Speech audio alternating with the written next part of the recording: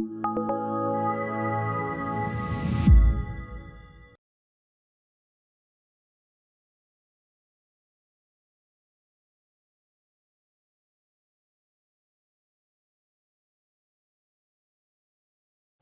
and institutional research, and we have to develop a network for the small scale, for large scale, finally the global level. And we want to have a presentation and discussion after our presentation.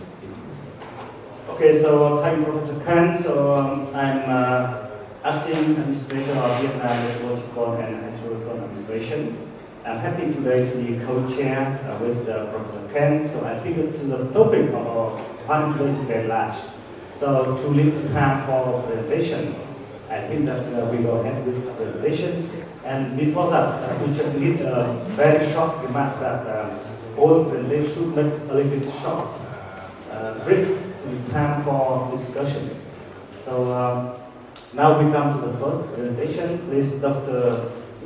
Dr. will talk about synergy of adaptation and mitigation strategies in the context of the Paris Agreement in the case of Vietnam. Please go ahead. Good morning.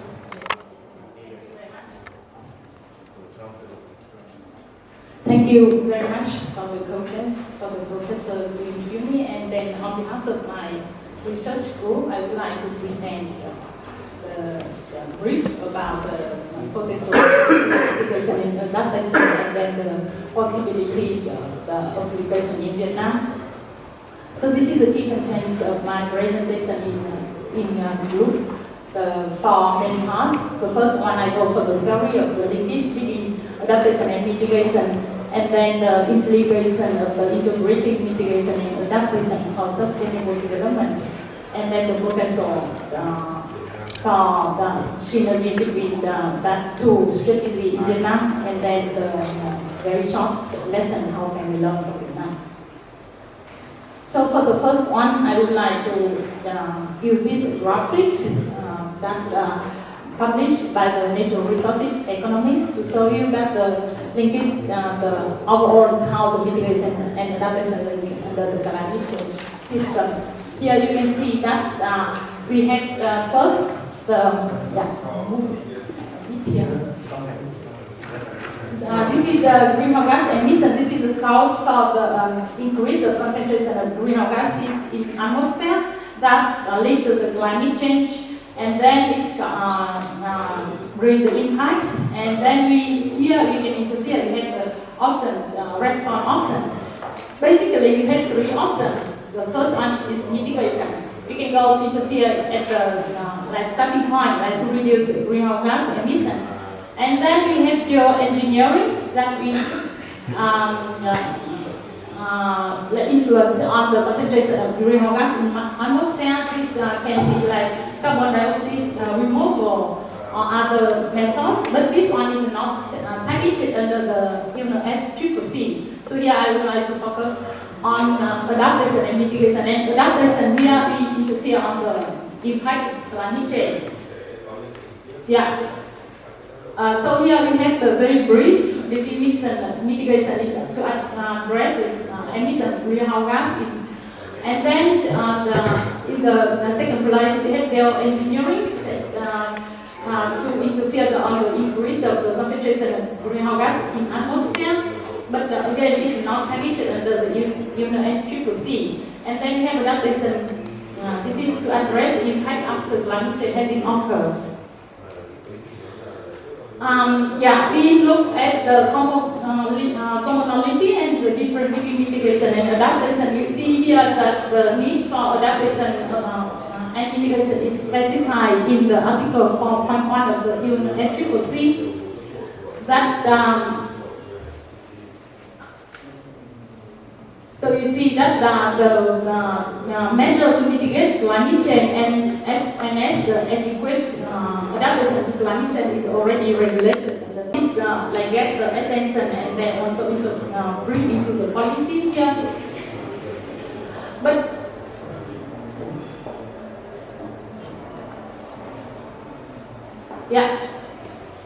so the mitigation refers to anthropogenic mentioned.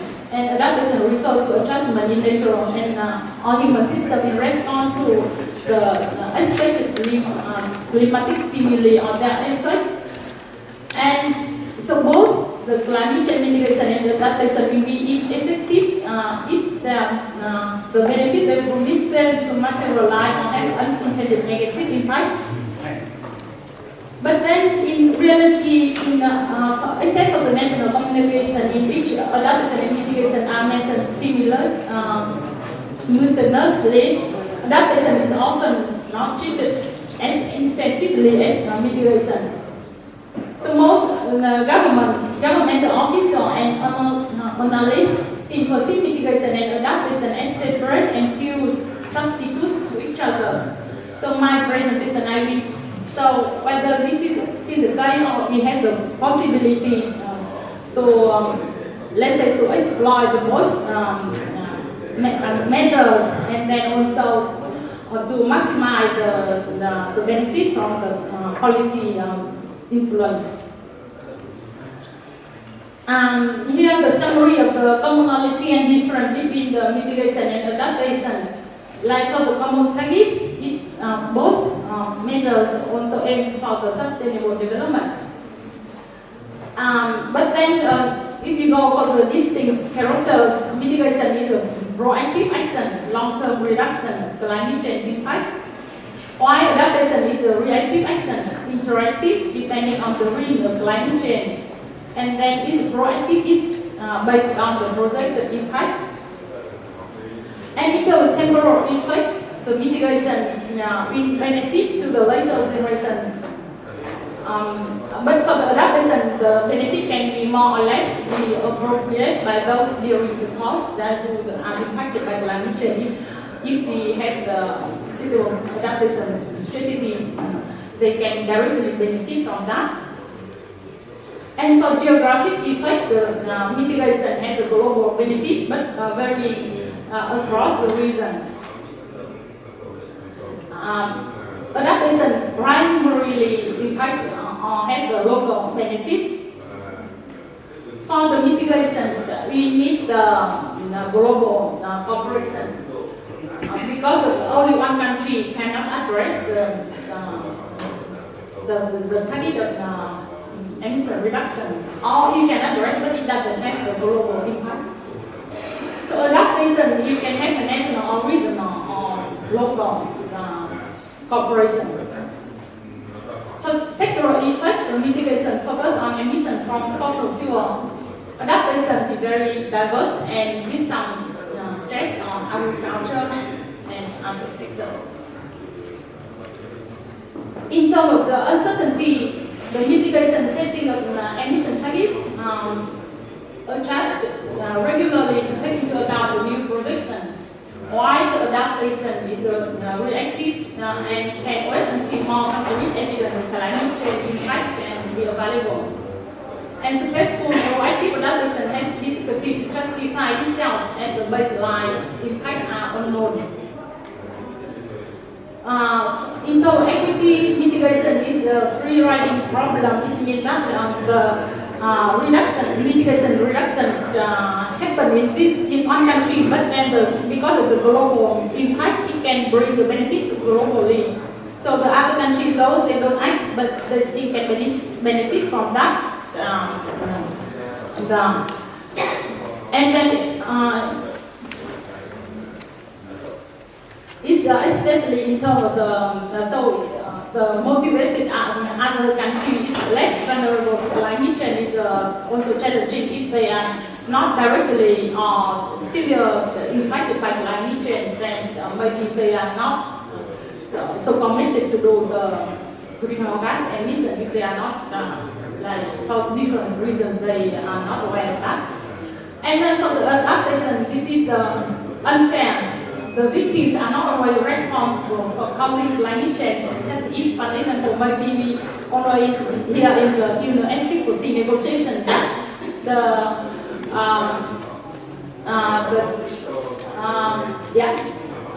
we already hear that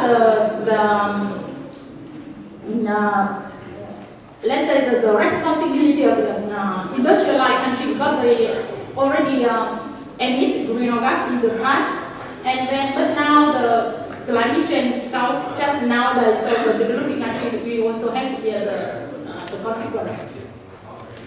And then you can see that but both mitigation and adaptation can bring some common like technology transfer, can lead to technology transfer. Yeah, here I just demonstrate some synergy potential between mitigation and adaptation. I use data for these two, for mitigation and ocean and this reduction here is from the Vietnam internationally determined contribution. And then I just choose some mitigation option like developing wind power plants. In total, we have this and this reduction potential in 2013, and sustainable development contribution is high. And then adaptation here benefit from the construction and operating the wind power plant can be positive because it contributes to secure energy supply use in Vietnam. But if the power plant they also have like certain activity to protect their plant, like to further plantation mangrove forest, they will contribute to the resilience of the regions. Like to reduce the impact on the shores of the sea level rise on the shore. Like landfill gas recovery for electricity and heat generation, we also see that it has positive benefit to the adaptation. That's for sure because when you reduce dumping of the landfill, the trash, and then you also increase let's say the land, you reduce the local pollutant, then it contributes to adaptation. And it's similar to integrated crop management in rice cultivation and protection of natural forests. This is the four options presented in the Vietnam NDC. And here from the adaptation, we also see that construct and improve irrigation or drainage system also have a positive or negative contribution to avoid greenhouse gas emission. You can see that if the system can be used for hydropower generation, then the contribution to avoid greenhouse gas emission is positive, and is negative because it use more energy for pumping. So similar for other for like adaptation activity that also lead here. You can see that the contribution to avoid greenhouse gas potential can be negative to positive. It depends on the performance and activity. So this is the theory of that, and then also the demonstration how it can work in reality. And then I just want to emphasize here short, like the comprehensive minimum cost global climate change strategy should tackle mitigation and adaptation in isolation to each other because we have the resource limited. So we have to maximize our, let's say, maximize our resource spend because especially for the developing country like Vietnam, we usually have to decide whether we spend on the budget for mitigation or we spend for adaptation. But in our research, we just want to emphasize that there's a possibility to maximize the interference. If we really conduct, we look at the aspect that they are the potential for integrated strategy, then we can also for the integrated strategy also facilitate more active role for developing country also in the implementation of the Paris Agreement, because then the developing country they don't have to struggle between the choice either mitigation or adaptation, but they have the choice for both at the same time. So for Vietnam, I just want to go very fast. That in the updated NDC of Vietnam, here is the NDC of Vietnam is under updated process, and then I just use the data from that, and then we have like 36 options for mitigation and adaptation, they are also generalists. So I just want to emphasize that the possibility, there are the possibility for just 1 minute. Now, so to look for the synergy potential between the two options, and then then there is no detailed analysis on that. Yeah, so we can do that first, like we can conduct the assessment of synergy potential for the different options, mitigation and adaptation present in the NDC, and in the long run, the synergy potential, these two measure mitigation and adaptation should be examined, measured, and verified in MRD monitoring, reporting, verification manner in Vietnam. So this is just summary of our short presentation. So you feel free to ask me later, and also you can read more literature here for the detail. Thank you. Thank you. Time for a very interesting talk and also relatively on time talk. Thank you so much.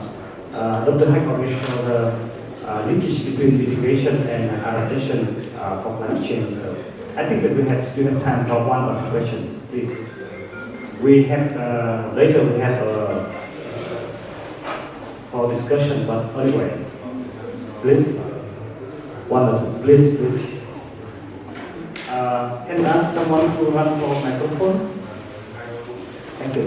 Please give introduction. They released and they showed up until 2030 the number of coal-fired power plant still increased, and as I live in Mekong Delta in southern Vietnam, and the number of coal-fired power plant will increase like 18 plants from now to 2030, and with that kind of the coal power plant increasing, then how we can reduce the greenhouse gas as a Paris Agreement? And with that, I would like to ask a question that do you work between Montreal and MOIT for that purpose to reduce the greenhouse gas for Vietnam? Thank you.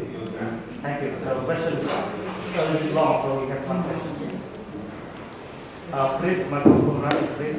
Thank you for the question. Actually, in my presentation, I just focus on the potential, again, the potential to link it between the mitigation and adaptation to maximize the benefit from the policy point of view.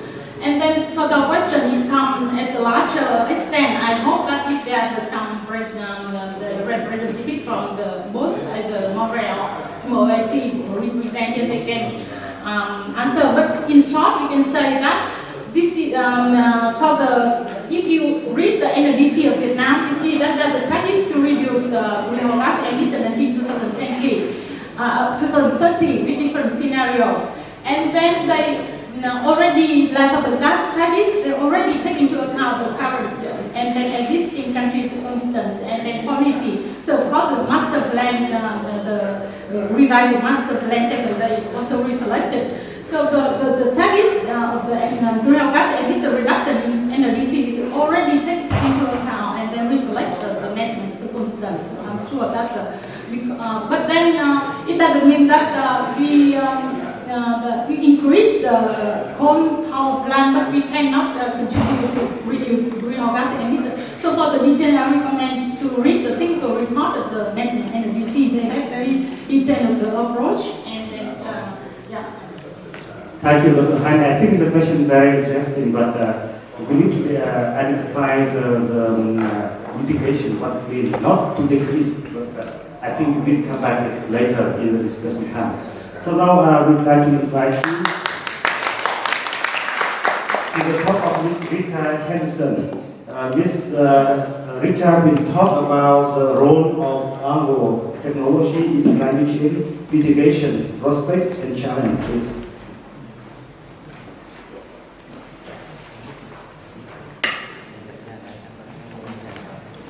Okay, thank you everybody. It's a pleasure to be here from Sydney, Australia. I'm actually here visiting colleague, Associate Professor TIයෙන්. in this field, environmental science and technology at Hanoi University of Science and Technology. So this is why I'm here. And actually I'm here with her to discuss this topic. And so given the forum was on, we felt it was a good opportunity to come and discuss some of the things we're talking about in these 2 weeks with you all today. So this is the role of algae in climate change mitigation, and listening to that last talk, probably adaptation to an extent as well. The prospects and challenges. What I'll be talking about is the benefits and challenges that algae technology can bring to what we're calling the WEFC nexus, so that's the water, energy, food, and climate change nexus. We'll examine the current status of algal biotechnology in what we feel is like contrasting regions of Vietnam and Australia, and also draw insight in overcoming these challenges from what has been going on in the last 10-20 years. So this is our water, energy, food, climate change nexus. This is a diagram that's now very common on the internet. So this is the interrelationship between energy, between water, food, the thinking that they cannot be thought of as independent entities, and the policy decisions will have to be made on the basis of how their interrelationship, and in particularly that relationship with climate change. So for example, we know that water stress is going to impact 52% of the world's population by 2050. Water is used, obviously it's integral to agriculture, and we know that food production is going to increase by 60% in 2050 over the 2005 to 2007 base. This is coming from this year, but these numbers are very familiar, I think. And global energy is obviously projected to increase by 80%, and a lot of that energy, for example, is used for water production, a lot of that energy is used for food production, and hence we have this interrelationship. So where does algae come into this? This is what Dr. Yen and myself look at as part of our research. So there are a number of ways, and a lot of literature now looking at how algae can influence this nexus. So we know that algal systems we can use to generate oil, for example.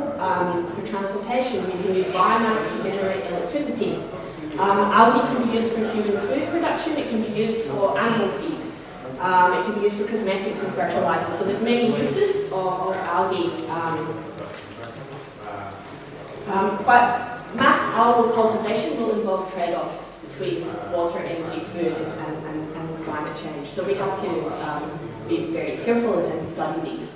We know that huge quantities of water and energy are required for algal production, so what we're looking at are ways in which we can minimize that and hence sustain that nexus. As an example, roughly 10 kilograms of water is necessary to produce 1 kilogram of dry algal biomass. So to make mass cultivation of algae, which is what would be required if algae was going to have a major role in mitigating climate change, we had to reduce the impact on the WEFC nexus trade-offs, make it more economically viable, and potentially have it looking at have it taking different forms depending on the location. So as an example, tropical locations are particularly good for growing algae because algae can be grown all year round, and we don't need so much light, for example, to grow the algae. So that's an example. So smarter choices. Smarter choices for algae. Okay, smarter choices for algae in tropical areas.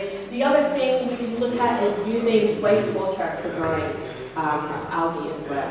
So that's something that we'll touch on in a little bit more detail later. Okay, so we're going to focus on 3 areas. Algae is direct and indirect sources of food. Algae is energy of the future, potentially, or biofuel generation. And also another option looking at reducing the carbon footprint through algal-derived bioplastics. So the UN does support growing algae to feed people. Spirulina is actually grown a lot already as a food source. It can be used in aquaculture. Aquaculture is actually the biggest use of growing algae at the moment, so using algae to feed shrimps, oysters, and as a food for fish. Algae for cattle feed production is also very important. It has very high, is very rich in proteins, carbohydrates. It can be used to feed cattle. And actually the areas that cultivate algal-based feedstocks emit 1/10 of the emissions for traditional cattle feed producing lands. So in terms of energy of the future, well, there's a very standard processing that we can use. We can use fermentation, esterification, to produce ethanol, to produce biodiesel as well.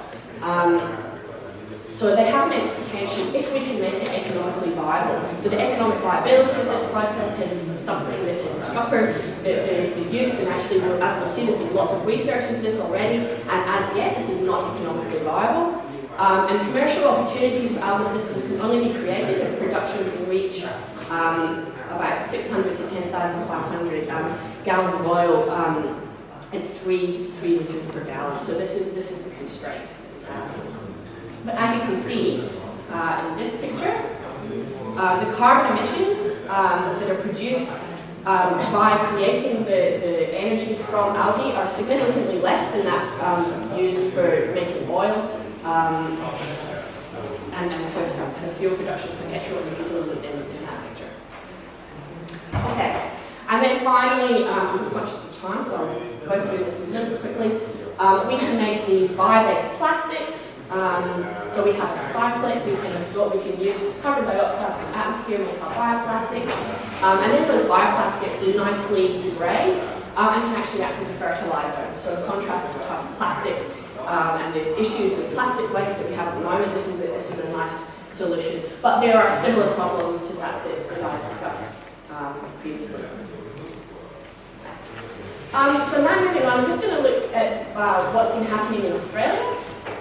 Where I've been. So actually it was 1970 that we started seeing algal biotechnology used in Australia. This was we've had this very famous hut lagoon, it's a pink lagoon in Western Australia, and some entrepreneurs identified that Daniela salina can actually produce beta-carotene, which is very valuable, in large concentrations. And so what we saw over the next 20 years was a lot of companies coming out and exploiting that beta-carotene and growing large amounts of algae to take this. So we had this biosynthetic technology program in 1976, which was looking at using algae from those hot lagoons.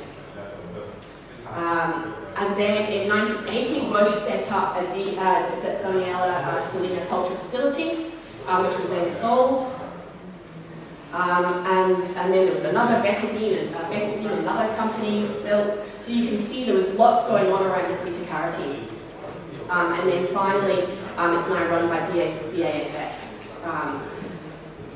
Building from that, it was in 2006, so early 2000s, that we really started seeing some biofuel, bioenergy production for algae come out in Australia. So MBT Industries was founded, provided seaweed-based bioremediation solutions to aquaculture companies and looking at bioenergy at the same time.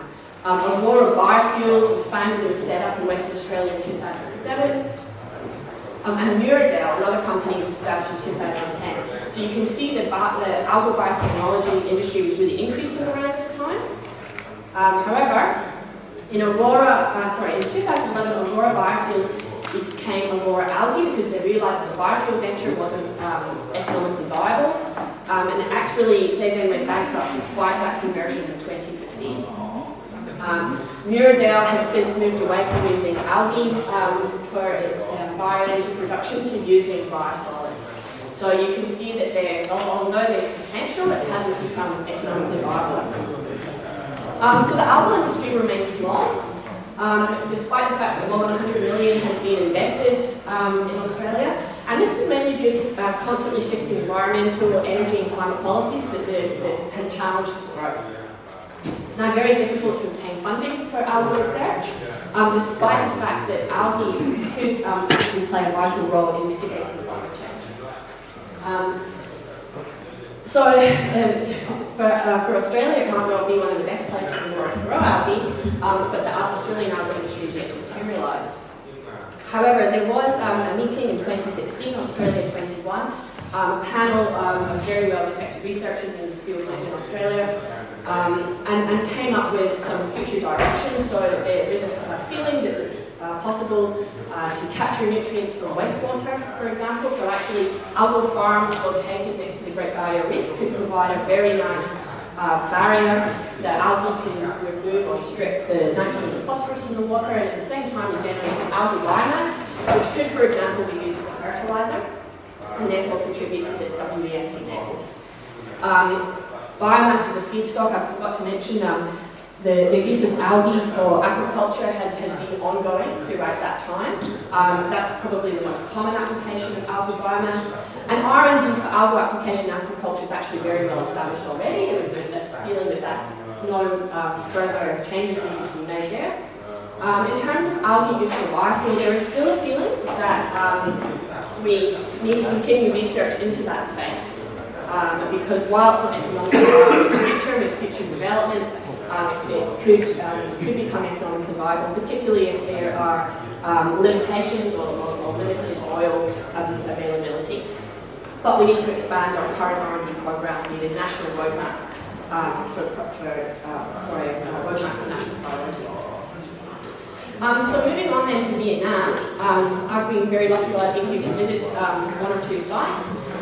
This is the biggest spirulina farm. So algae is actively grown in Vietnam for food supplements already. These are the types of products that are being made. This is actually a picture of the largest site for growing algae, the largest farm in Vietnam. We also, and not me, my colleague TIයෙන් is also involved in bioremediation of wastewater in in Vietnam for wastewater and also CO2 mitigation. So we can actually put CO2 that's being released, for example, from coal fire stations and pump that in to more actively grow the algae and sequester the carbon. We can also use algae, for example, to treat waste from piggeries to produce algal biomass, which can then be used elsewhere. And this is an example of a pilot system that was used to produce microalgal biomass at very low cost and simultaneously remove pollutants and treat the water. And there is still interest in using the algae as biofuel in Vietnam. There was a project that looked at this in 2009 to 2011. However, again, there is understanding this would have to be done alongside high-value products to make it economically viable. So in conclusion, globally the algal industry is expanding, but it's not expanding in the sense of looking at ways in which it can mitigate climate change. It's actually directed for a high-value product, but we could capitalise on that to use it for other aspects as well. The biggest immediate potential is feedstock for agri and aquaculture, and for mining nutrients to treat wastewater and produce fertilisers. There's opportunity to capitalise on small, decentralised, specialised systems, and this needs to be looked at. But overall, we just need a greater coherence and collaboration among research with the industry and some national roadmaps to help direct future research opportunities. Thank you. Thank you, Lisa. Are there any specific questions to one or two questions that you know?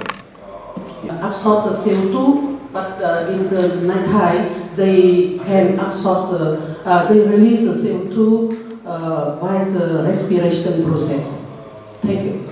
Okay, so for the first question, cost is a big challenge. As I'm a chemical engineer, one of the reasons I'm interested in this is because we're looking at trying to make cheaper processes to reduce that cost. However, until there's more funding in that area, it's very difficult to come and do that. My area in particular is looking at harvesting processes to try and minimise the cost of that. What I would also say though is a lot of the focus previously didn't really concentrate on the challenges associated with harvesting. There was also, I guess, issues because it scaled up very rapidly before a lot of the background research had been undertaken, I think. So there's a lot of lessons learned in hindsight from that. So what we're trying to do is look at ways in which we can reduce that cost. I think the growth of algae in wastewater systems where it grows very naturally anyway. I'm also involved in work where we look at trying to remove algae from wastewater treatment plants where it's considered extremely problematic. So it obviously grows very, very well without us having to put any additional energy into that process. And we are currently having to remove the algae and using a lot of energy to remove the algae. We have lots of biomass sitting there that then just gets sent away as waste. So I think in the right context, and if we're clever with the location, then that again would help with the cost. In regards to your second point, I think that first of all, it's got to be a better solution in comparison to fossil fuels. So yes, we do have that issue. That's just natural. That's the way algae survive. But I think still it's a much better option. I also think that we can sequester the algae. So by removing the algae, we have and using the algae for the types of things I was discussing, then we have a full cyclical system rather than a linear system. For example, with the bioplastic example, at least then we have that cyclical system.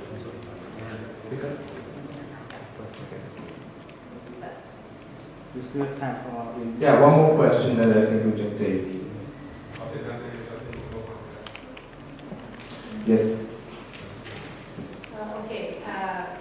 Please use microphone with translating. Thank you very much. Very interesting. In Vietnam, we also have another source for the biofuel and other application as you mentioned. So apart of algae, you have any other plant or other sources for this for production or technology? Yeah, I mean, my involvement in the algae has come from treating wastewater, so I personally am not involved in that kind of research, but I do know that the companies in Australia are using biomass, waste biomass from, for example, dairy waste, waste from municipal waste sources, and so there's a lot of biogas generation, looking at generating energy, electricity to run the waste treatment plants in Australia. So as an example, if there's co-location between dairy farm and a wastewater treatment plant that has anaerobic digesters on site, then we take advantage of that. Okay, thank you very much. Please give a big hand to her. Thank you very much. Next presentation is her establishment of food frequency mapping, detection of the inundation extent of mean and how bigger scale are using a multi-temporal sentinel to data. The presentation is going to be made by Mr. TIයෙන් U BAN, 4 years. Thank you, Chairman. Good morning. My name is Nguyên from University of Mining and Geology.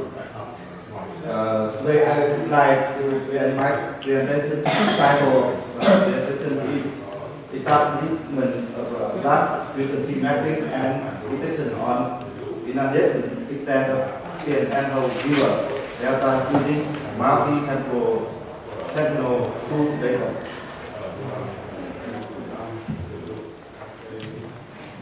So, outline of presentation considers 5 parts: introduction, objectives, data, method, and result.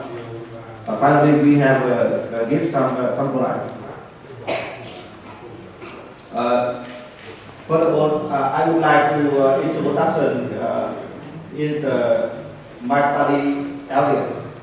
So this map shows inundation map in lower Mekong River. So we can see two rivers, Tien River and Khâu River, can flow water into the sea, each sea. So this area have one river, namely Van River, and link connecting between two rivers. So the figure we data we have using for monitoring the flood in this area. This data is the Sentinel-2 data.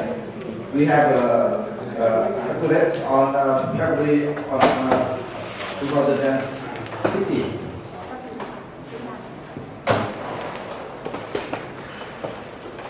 So this area, this finger shows the red color means validation in here, but some green or blue color means water surface.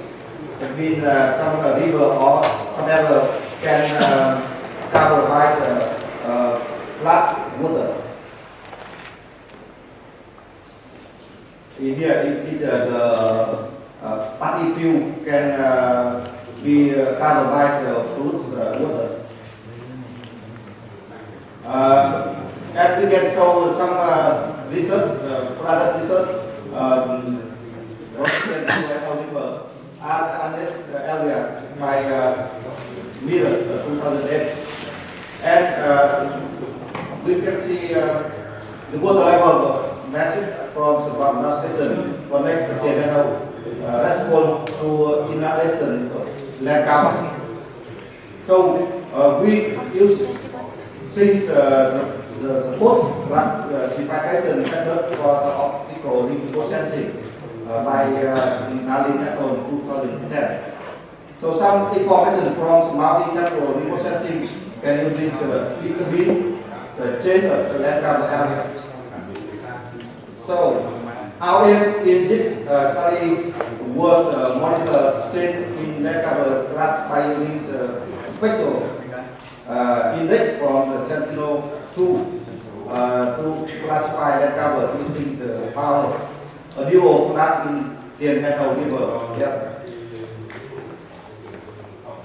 Objective of presentation is classifies land cover using the spectral index Sentinel-2 associated with EEM and that impact for determining the inhalation land cover in flat plating area.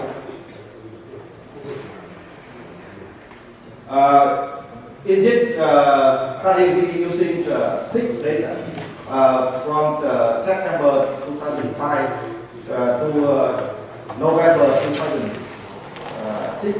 It's 6 data from once a new year. So it means 2 or 3 months we have one data. So all data we have using product level 2. It means all whether it's OFD of fluorescence atmosphere effect. So it's we can see what's PM in this area. So it's the rest point means Bằng station. It means water level gets monitoring daily in this station. So we can show some methodology. We have using the object-oriented classification. So we have 4 steps. The first is multi-resolution segmentation, and the second is population and class hierarchy. And the third is decision tree-like classification. In this step we have applied the classification rule. And the last we have classification evaluation. We have 4 steps. In multi-scale specimen, we have using we have select 2 steps, 2 levels in this table stuff. And classification, we have applied classification rule. It means we have using index, special NDI, DDF, and water level, and trees data. And we have classified 5 classes. It means water, weather, resident, and flat vegetation, and non-flat vegetation. The result shows false map. The level show is green means vegetation, and the blue means water surface, and pink color means flattened vegetation. So we can see the vegetation have changed from the vegetation to the water surface, and vegetation convert to the flattened vegetation in the port. This from the January and April and July and November. So we can see the water level has changed from 66 to 250 centimeters. So we have evaluations classification results. We have select 200 sample. So we have so the overall accuracy is 83%, and the table 5 shows overall accuracy and kappa index is the minimum is 30%, and the higher is 33%. And we have calculated area and close once the figure falls. So the water level is in black, like it means this minimum water level. And 5 class land level class have a change. It depends on the water level. So we can see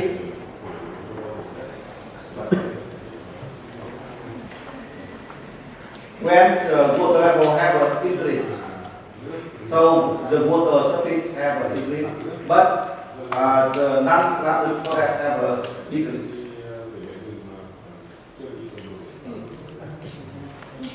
And after that, the flattened vegetation have a decrease, but water level have a increase, because some area is flattened vegetation have the water have up and cover vegetation, so it means convert to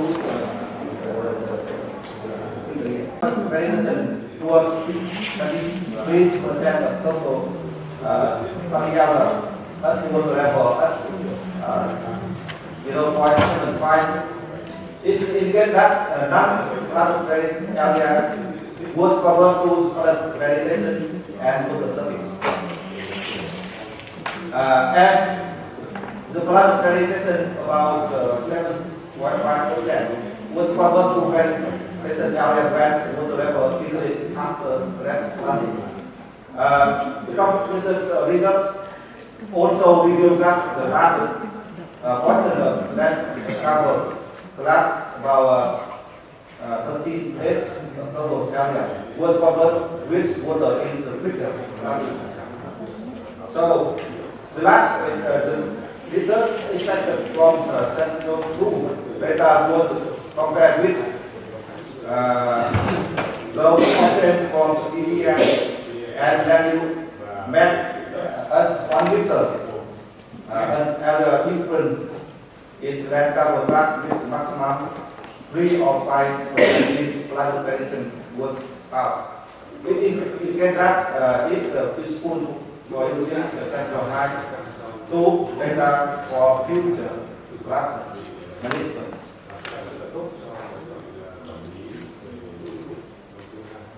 Thank you for the discussion. Thank you, Mr. Bien for the very good keeping time of the presentation. It should be about more 10 minutes for the presentation. Now we still have time for 2 or 3 questions. Please, on floor. Please, Professor.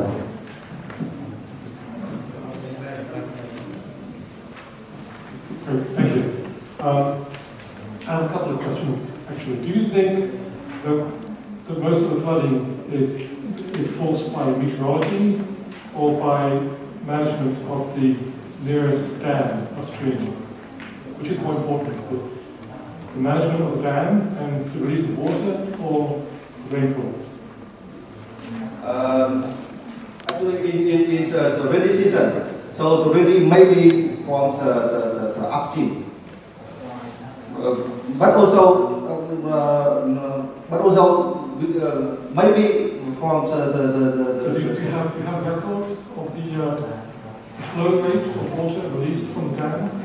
Yeah, we just the monitoring using one station in this study, but have many station level water level station is upstream.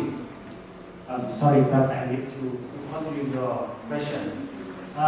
Because we need to identify the upstream impacts and downstream impacts. So for that question, where is your upper boundary condition for that area? Upper boundary condition for that area. You cannot control the upstream. Yeah, right. Why? I'm sorry. I continue my question. You cannot control the upper boundary condition, upper development action, like Professor asked the question.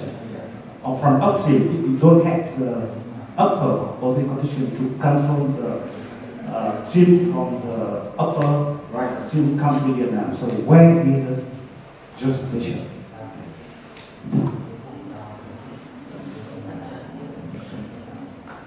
Well, I'll take over the question.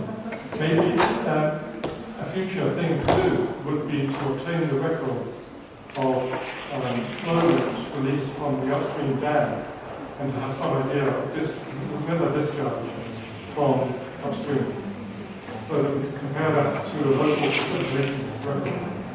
Because we want to make use of these very good methods to look at flood frequencies as well. Obtaining records of flood frequency is very important, but it's also very important to know the source of that flooding. Yeah. Thank you. I think we are going to come back on that question and topic in this time, because I should mention you that I'm from Vietnam Meteorology and Hydrological Administration. And our function and duty is to make forecast, inundation, and flood. And we have a lot of train stations. I really would like to ask you where is your station, and so and if you compare your result with the result from the center, regional center in metro area, and so on. To have a new result of research, we need to compare. And I have seen that you have referred only with the international publication. I will talk about that later. So thank you so much, Dr. Chu. Now we would like to ask you to the next presentation given by Professor KHCN. Professor Koike will talk about advanced sharing informatics for defining steam spots suitable for geothermal power generation. Please. Thank you very much for the invitation.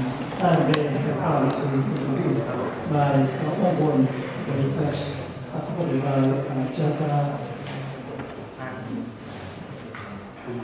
and JICA team. So this is one kind of how we can increase and reduction of the mineral resources that we focus on the geoscience. So this topics today, the advanced informatics specifying steam spot suitable for geoscience generation. The steam spot is a new terminology for this approach, which means that this place for the productions of the power plant. So we say, in short, this project is Bagus. But Bagus, if you know English language, Bagus is believed in English language. I composed a background project as a goal, and what is our contributions to the society. And as I said, this is international cooperations between the industry and the Institute of Technology, ITB, and content for research and human resources. So this funded by the foundations of science and education. The project is one part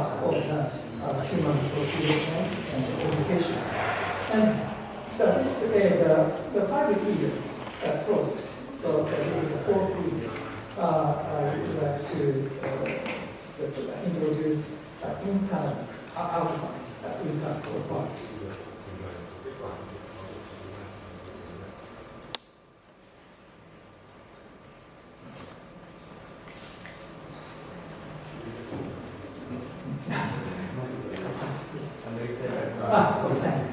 So the background of the project, as we know, my station is statistical decree that as the past argument we must pass argument. So the necessity of increase independence on the fossil fuel resources and large emissions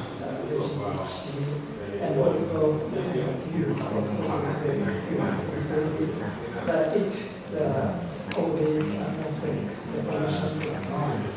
So every countries need for enhanced use of the energy resources such as solar and wind, but we must consider that the energy must produce large power, high stability, and high transfer efficiency and low cost. The zero-sum, if your country is isolated volcanic areas or seismic areas, the zero-sum energy may be the most promising and useful to power generation has been enhanced overall. But the zero-sum energy encountered serious problem. One is the cost problem. The zero-sum resource exploration needs much cost and a long time. And also, zero-sum resources is global. The most concern is the subsidence for the ground surface. That we use precious and hydrogen fluid stored in zero-sum reservoirs. So if we continue to use such precious and the fluid, it causes subsidence. Decreasing precious reservoirs and subsidence for ground surface. This figure shows the demand for zero-sum electricity is in countries, the largest countries to use zero-sum energy is the US. And recently, Indonesia has rapidly increased to use zero-sum energy. Recently, Indonesia is now the second to use zero-sum energy generation. So what is the limit to use zero-sum energy? The most important limit is the low carbon dioxide emissions. This will compare the carbon dioxide emissions for the energy, and you can see the solar is almost zero emissions. But this advantage is a high cost of finding the best places of zero-sum energy. And you can see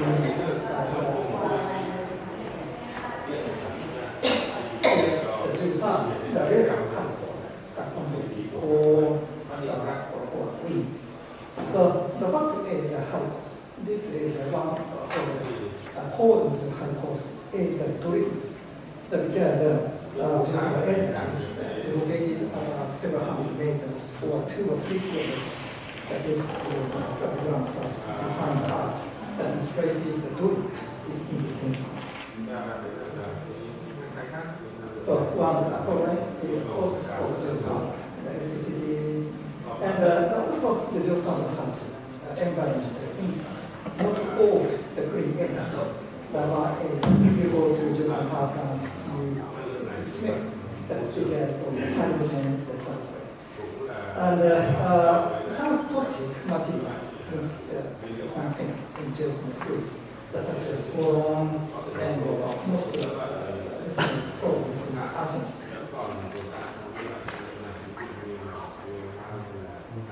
So the aims of our this project and we have 3 directions of smoking.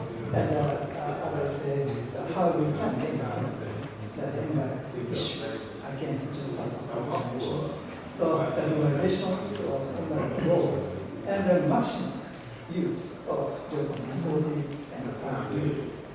And in addition to the three A's that we are seeking, suitable human, surveillance of human resources development, improving the educations. So our goal is exploring the living cost at the plant site in Indonesia or in Japan and in other countries. Geothermal plant is reduced the future applications of technology development. So to find out things, the best places to use energy is not simply very difficult process. To achieve this our goal, our project is interdisciplinary. The project combining remote sensing as previously presentation, remote sensing to find out fractures, the details geothermal fluid, and passing the fractures from deep part. And to find out the fractures, and also we measure there are some terrestrial gases, mercuries, and gas component, and to find out the proof of actually carbon fluids arise from the deep part. We analyze the minerals that is including pores. And the groundwater analysis and fluid analysis also included this to find out the circulation, large circulations of geothermal fluid. And this part is the environment, the monitoring using remote sensing. In Indonesia, there are many plantations. So geothermal is surrounded by the key and the coal plantations. So we want to know how geothermal operations has affected the plantations, or no effect for us either. And also we apply remote sensing technology to find out the political change using the differential insight techniques. And someone in the geothermal simulation, laser simulation, the boiling water steam, ground science. So now this our challenge is like that. And the social significance, for the contributions to the researchers, but of course that we are seeking the cost reductions and human resource development in terms of the geothermal resource use and contributions to carbon dioxide emissions. And also our technology can be used to all countries which has high potential for geothermal energy. The broader educations by the budget from JICA, we have provided the latest machine to ITB, such as the spectral papers in remote sensing, and XRD, and SEM, and chromatography, and such as gas measurement systems.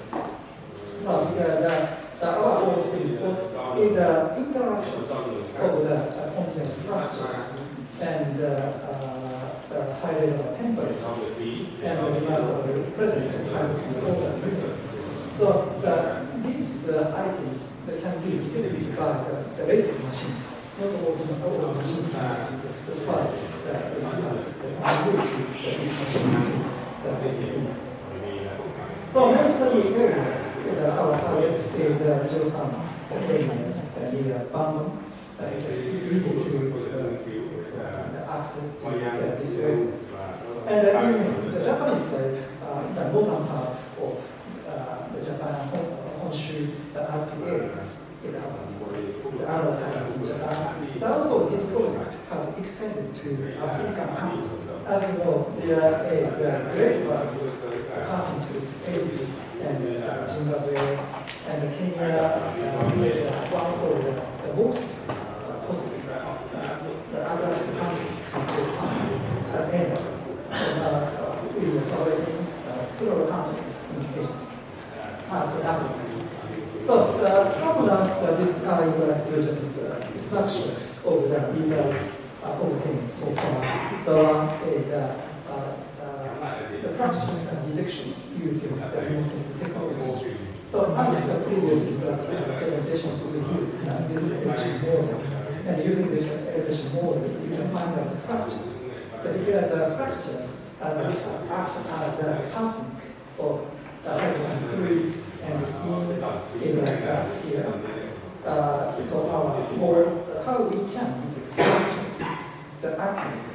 So this is examples of our negative fractures. So this figure shows the fracture print. The fracture is not around, it has a print. So we could estimate the orientations of fractures in the distribution of data.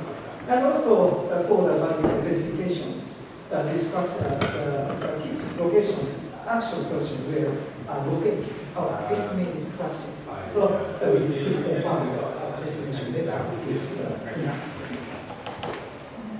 The next one is the technology to find out the operation rules. That this find out also maybe minerals can be used for actually I have some fluids here assembly previously. So this figure shows that this blueprint is the high possibility of locations to be.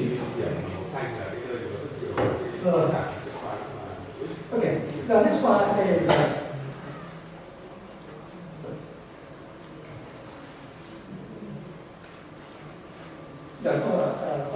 continuous telescope gases. So after finding out fractures, we want to know that actually these fractures has act as passes of gases or fluid. So we make the drawing form is like this, following like this, and we made one kind of larger gas already because so very easy to detect even though it's raw observations. So and we found out very abnormal zones of random constellations. The usual is random constellation increases like that, but only increase. So, and the next one is sampling of waters and also gases. So we have collected more than 200 water samples. And this is one result of the diagrams of stable isotope with deuterium and oxygen. Using this data, we could make a composition model of hydrogen fluid. So this is as a result of origin of noble gas, as we know, that isotopes of the heavy C and heavy O gives information about the depth of origin gas. So we could find out this part deep origin for one, and this part is shallow origin for gas. And also, this one change of the applications to find out the small effect of operation of the geothermal plant on the plantations around the geothermal site. So this is one interesting thing is that the vegetation anomaly is colored red. So this vegetation anomaly is located around the fractures. So it means also the support that these fractures has functions of ascending hydrogen fluids and spins. And the next one is the topographic change, as I said, by long-term use of geothermal energies makes sometimes subsidence that decrease pressures or temperatures in desert. So until now, we have using data from 2009, 2011. So then we just find out small subsides in our study areas, but just 3 millivolts per meter. And another one is research at 3 is how we can find out to estimate laser temperature and pressures or the large water circulations using our result. So one famous software comes through but we could modify or simulation software using also programming techniques. So this is one result of the circulations in stability. So last night the human resource development for 2016, we invite students and young academics to for 2 weeks for the international courses, fundamental geoscience, science and technology, and usual classes, plus we go to HANOI geoscience site. This is a large power plant site in Japan. And we did field survey like this, and taking samples. Using taking samples, we do our experiment. And using this result, finally, the student present probably run by 2 weeks in this course. So this year's attendance for technology. So the summary of the main outcomes is as so most important that we can fracture systems using technologies. There are also combinations of toxic gas analysis and water analysis can contribute to make a good consistent water of highly cyclations. And these combinations can be used to identify final goal streams for streams of locations. And I think that we have the papers, several papers, Thank you very much. Thank you, Professor Koike. It's time for question and answer from the floor, if there is any. It's also our students also can throw any question. I have one question. What is the lifetime? I may miss the presentation. What is the lifetime of geothermal power plant? Usually it's 30 years, from the beginning to the end. But it's depends on the locations. For the case of the Geyser, the world largest geothermal power plant in the United States may be longer than 50 years. But the wider case also very famous geothermal site. But every geothermal field has encountered the problems of deficiency pressure. So now, the two things, one is that to meet these problems, that the many geothermal power plant have like new production wells. And also, this is a national big project. The one project, the proceed in the United States or Australia and Japan, that is that the usual case of geothermal reservoirs is located 2 kilometers. But if we go deeper, such as several kilometers, we say this is supercritical conditions. So these supercritical conditions provide several times or 10 times the higher energies from the traditional geothermal power generations. This is another thing to make a longer time of geothermal energy. The cost estimation of 0.04 to 0.1 euro per kilowatt hour is based on the 30 years of lifetime. Am I right? Yeah, that's right. Basically, the initial stage, the initial phase is most expensive to find out the best places for geothermal power plant. So just 3 kilometer roading, it costs much. 3 million US dollars. Just one. 3 million is not that high for the power plant. No, How many one. Only drilling. One drilling, but not one drilling is not enough. I see. The ideal cost 10 drillings or more. And most important or most serious issues in the success ratios for drilling is not high in terms of geothermal energy. How their financial estimate the risk of their geothermal plant? Yes, the risk is high. That's why that in the case of Japanese company has hesitated. So that's why there is an institution like John Lake. The John Lake is one institution to support or enhance the current to not limited to the geothermal energy for finding out the mineral resources in Japan. Okay. Any question? Okay, thank you very much. And one, okay. Xin cảm ơn ông về những cái bản trình bày của ông.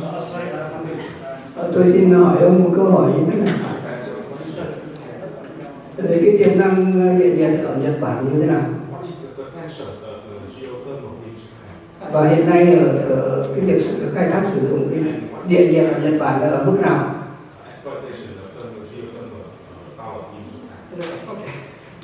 Cảm ơn. Thank you very much for good questions. The Japanese geothermal the potential is ranked third all over the world. First is the United States, the second one is Indonesia, and the third one is Japan. But there is a specific problem in Japan because, as you know, Japan is a very famous country for hot springs. So there are many sightseeings with hot springs. So the one big issue in Japan to enhance or develop geothermal power plant is how we can coexistence with hot springs. So because if we, the companies want to make a geothermal power plant with large capacities, so almost the one association's hot spring against. Because there is a concern that to use geothermal use the next depressions of temperatures of hot springs. And depressions are water in hot springs. So even though in Japan we have much potential, but recently our target is not like this such large geothermal energy that we use the binary energy. The binary energy is that we use the wastewater of hot springs. So there are some hotels and hotels use hot springs. And the wastewater of hot springs is still hot, like 60 or 70 degrees. So producing the fluid with low temperatures, boiling temperatures, such as pentagon or ammonia, this boiling of low temperature fluid that can rotate the car and can make electricity. So in Japan also, still finding out enhancing geothermal energy production that we focus on main target is such a low temperature geothermal energy pipeline.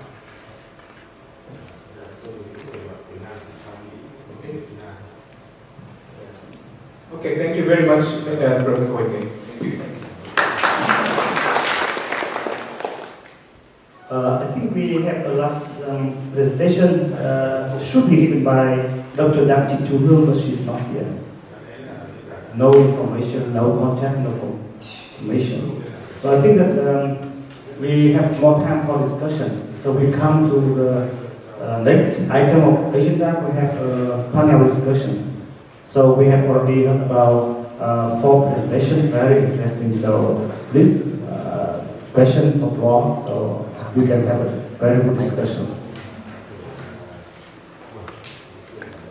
I think that I will respond first to your question about why we need to mitigation in Vietnam, but the number of power plants still increasing in time in the master plan. So I think that we need to understand that mitigation not being absolutely increase the number of coal energy or power plant.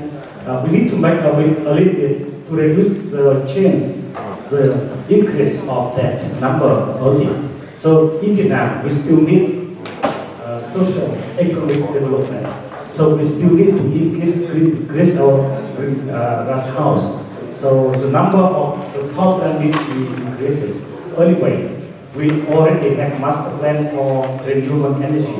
So in the very near future, we can increase the part of renewable energy in the total energy production in Vietnam. So I think that is to respond to your question from the speaking time. So we come back to discussion. Please, question.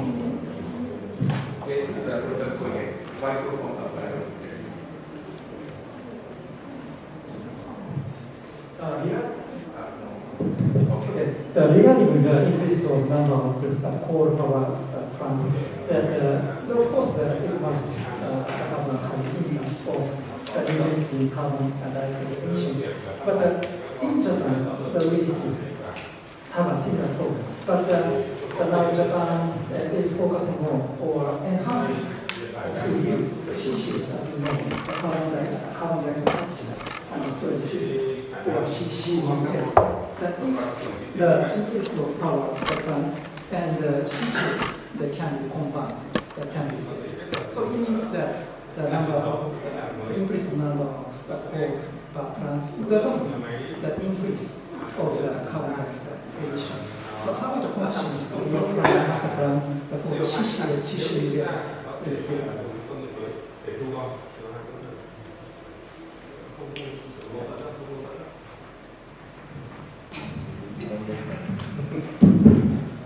That's good method. But do you estimate about the cost when you develop the coal power plant and you capture the carbon? Then you calculate the cost compared with another cost of like wind energy or solar energy, and how about the cost? Progress.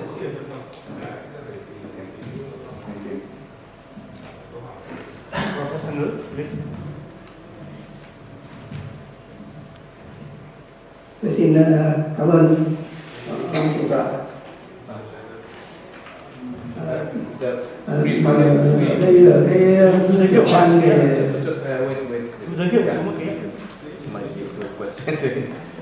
Vâng, tôi tự giới thiệu. Tôi xin tự giới thiệu, tôi là Nguyễn Đức Ngữ. Tôi công tác trước đây là công tác ở Tổng cục Kỹ thuật Thủy văn. Đây là trực thuộc Bộ Tài nguyên và Môi trường. Hiện nay thì tôi công tác ở Trung tâm Khoa học Công nghệ Kỹ thuật Thủy văn và Môi trường.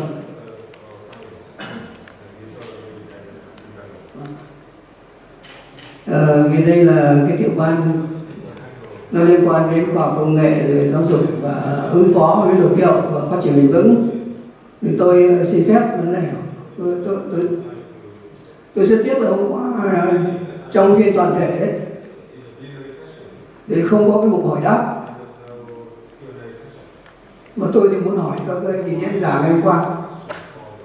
Hình như hôm nay thì không có vị nào ở đây, các báo cáo viên. Tôi có thể được phép được hỏi một số câu mà vì nào có khả năng trả lời được thì xin trả lời cho tôi. Mình thảo luận nữa. Vâng, hỏi. Có thể được không? Vâng, thế thì thứ nhất là tôi hôm qua tôi định hỏi bà Helen rằng là vì sao các nước đang phát triển,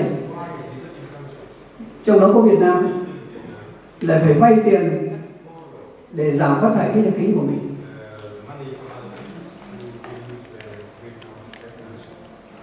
Và điều đó có đúng với nguyên tắc cơ bản của Công ước khung của Liên Hợp Quốc về biến đổi khí hậu hay không?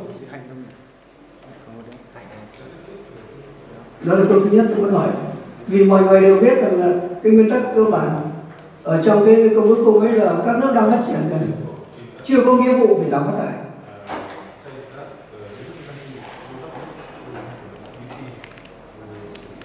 Đó là câu hỏi thứ nhất dành cho.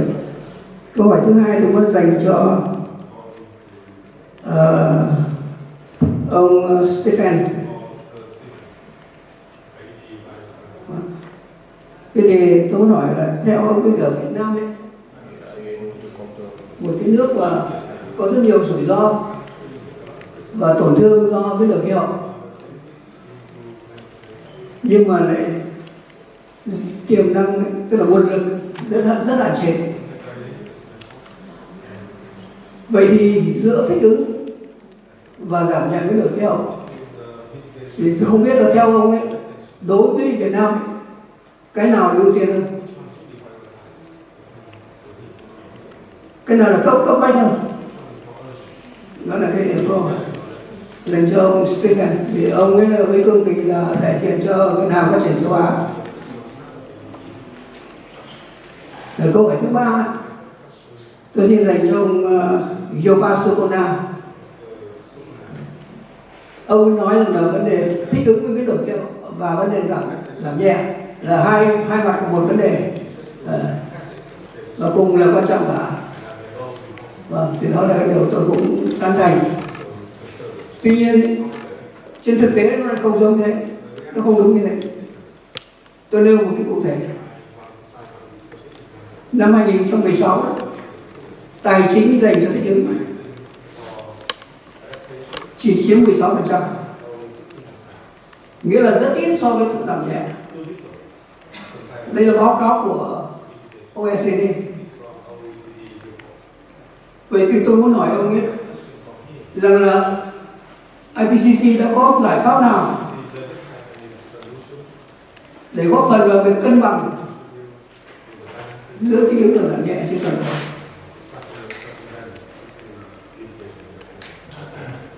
Đó là câu hỏi thứ tư dành cho bà Diana. IPCC theo bà ấy nói thì có đưa ra 4 cái kịch bản giảm phát thải theo cái mức giảm hạn chế cái mức tăng nhiệt độ toàn cầu.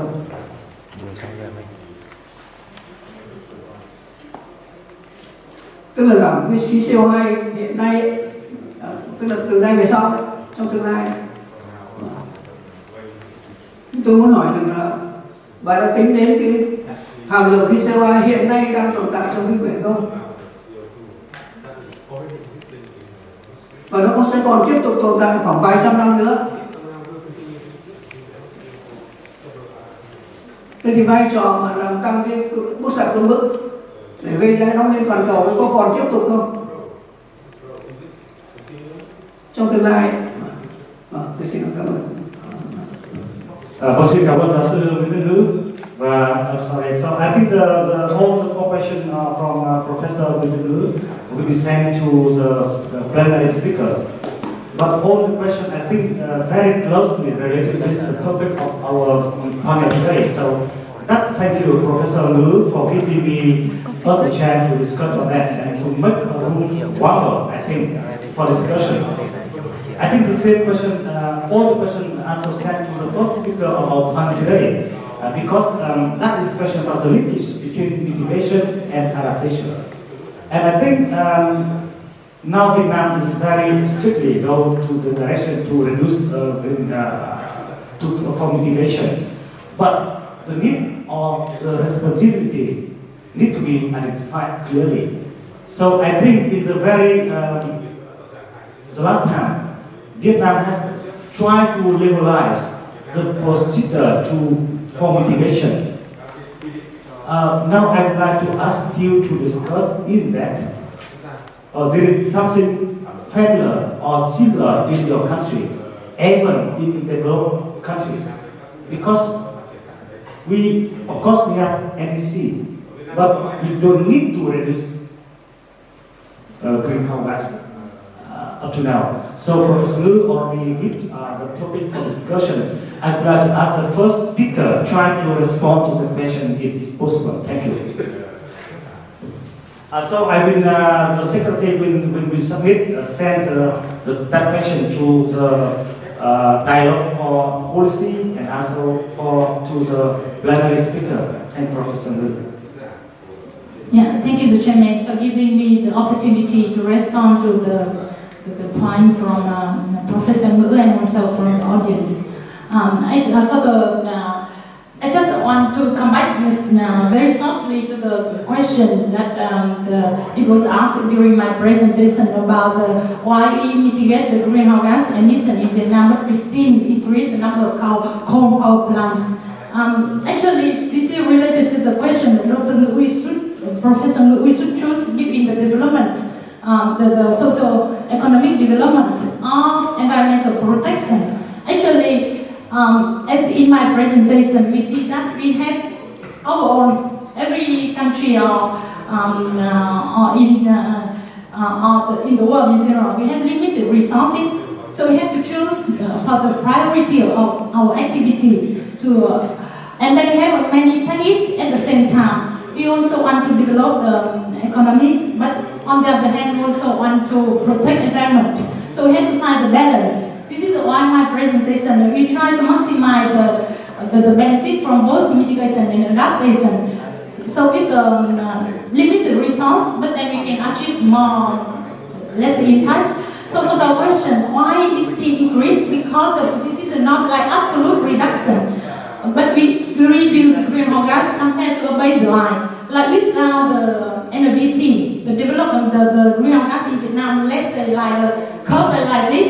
But with the NBC, then the curve will reduce because we still have to meet the development targets. So we reduce to certain level, but it doesn't mean that we cut down all the coal power plant because in Vietnam, according to master plan, the hydropower and other sources now can provide not up to 40% of the energy, electricity. So if you don't use the coal, and then you cannot meet the development targets. So this is the kind of the trade-off that you have to find each country. So how wise we can achieve that targets, like we can achieve one target without harming the other like benefit like the environment and also sustainable development. So this is the come to the policy. So I think we cannot exclude like one to another, like we said that we choose development with our economic development with our environment. So yeah, so we have to find the balance. Maybe we can reduce the economic growth to the rate that can sustain the environment in the long term. So this is the key point, and we make the policies. We have to find the balance, and then also we have to prioritize the targets that. And then the policy has to support that without really harming to others. This is overall, this is let's say the message that my presentation show to you that to implement mitigation sometimes is a conflict with adaptation, but actually the potential for maximize the benefit is there in the both measures that to interfere and to tackle climate change that we can. We should underline, conduct analysis in detail, and then also apply it in the developing of the policy. Yeah, and unfortunately, I was not in the panel yesterday, so I cannot comment in detail. But I think from also, if you look at our NDC, that we are now also committed for the environmental protection and also to address climate change together with the global community. And then we also, on the other hand, we have to achieve economic development, but then to find the balance, and then this is the most critical to make the policy. Yeah. But then we are in that process. If you look at on the NBC in Vietnam and then on the background, let's say policy to propose the emission reduction targets of Vietnam until 2020, 2030, you already taken into account that the development, the economic growth rate, and then also under the demand for the energy and of the country and things. Yeah, thank you.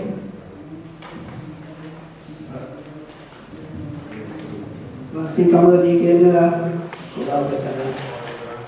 Tôi xem qua cái báo cáo 2 năm một lần của Việt Nam vừa qua, chỉ tính riêng 10 năm vừa qua, tức là từ 2008 cho đến nay 2018, thì cái tỷ lệ mà các cái tài chính được hỗ trợ của các nhà tài trợ đấy đang muốn lái các nước đang phát triển vào cái việc giảm phát thải khí nhà kính hơn là quan tâm đến cái yêu cầu thích ứng của các nước đang phát triển. Hôm qua bà đang khi báo cáo thì nói đến cơ hội thì cũng chỉ nói đến cơ hội giảm phát thải, không hề nói đến cơ hội thích ứng đối với Việt Nam hay là các nước đang phát triển khác. Cho nên câu hỏi tôi vẫn chưa được trả lời, tôi chưa rõ là có phải cái hướng ấy, còn có phải là đang muốn lái các nước phát triển Và như thế thì và nếu như thế thì những nước phát triển, những nước đang phát triển mà có mức phát thải thấp phải chịu cái hậu quả mà các nhà tài trợ mà các nhà tài trợ hay là các nước đang phát triển đang muốn ép các nước đang phát triển mà có nguồn phát thải lớn. Các nước đang phát triển mà có nguồn phát thải lớn. Thế thì những nước đang phát triển mà có nguồn phát thải nhỏ lại nghèo đói nữa, lại phải chịu hậu quả của cái ý tưởng ấy không?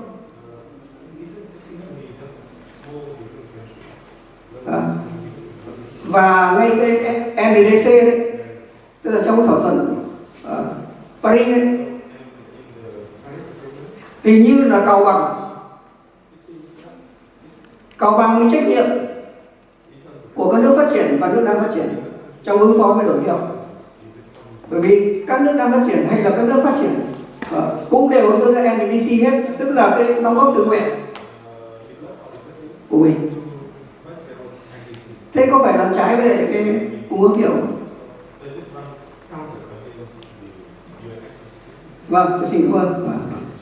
Vâng, xin cảm ơn, xin phép panel tôi được trả lời giáo sư Tư bằng tiếng Việt. Giáo sư, xin cảm ơn giáo sư ngôn ngữ vì những câu hỏi của giáo sư có lẽ không trả lời hết. Xin phép giáo sư trao đổi thêm giáo sư. Thứ nhất là xin báo cáo giáo sư là các cái báo cáo phiên tổng thể còn đang ở đây. Do đó thì chúng tôi thứ nhất là sẽ chuyển các câu hỏi của giáo sư mà hôm nay chúng ta thảo luận mà chưa hết đến cái dialogue về chính sách chiều nay. Và trong giờ coffee break chúng ta có thể trực tiếp tiếp cận và trao đổi trực tiếp với các cái người có những báo cáo để có những thông tin rõ hơn. Về đầu tư thì xin giáo sư là thông tin cá nhân tôi cũng thể trao đổi giáo sư này. Thứ nhất là chúng ta có những nguồn tài trợ không hoàn lại, chúng ta có những nguồn tài trợ vay và chúng ta có những nguồn kinh phí chính phủ cho những dự án về biến đổi khí hậu và liên quan đến biến đổi khí hậu. Có thể nói là có thể đồng tình giáo sư là trên thế giới các cái nguồn tài trợ không hoàn lại về cơ bản ưu tiên cho những cái nghiên cứu về giảm phát thải khí kính. Đấy rõ, đấy là cái định hướng rất rõ của thế giới. Vì họ quan niệm là việc thích ứng biến đổi khí hậu là việc của các quốc gia và các quốc gia tự thực hiện. Và với bối cảnh đó thì Việt Nam mình những dự án mà vay và những dự án chính phủ đó giáo sư là cơ bản là những dự án thích ứng CD kè ứng phó với thích ứng biến đổi khí hậu, phòng chống thiên tai và những cái gì trước mắt chúng ta ưu tiên tập trung đầu tư trong thời gian vừa qua.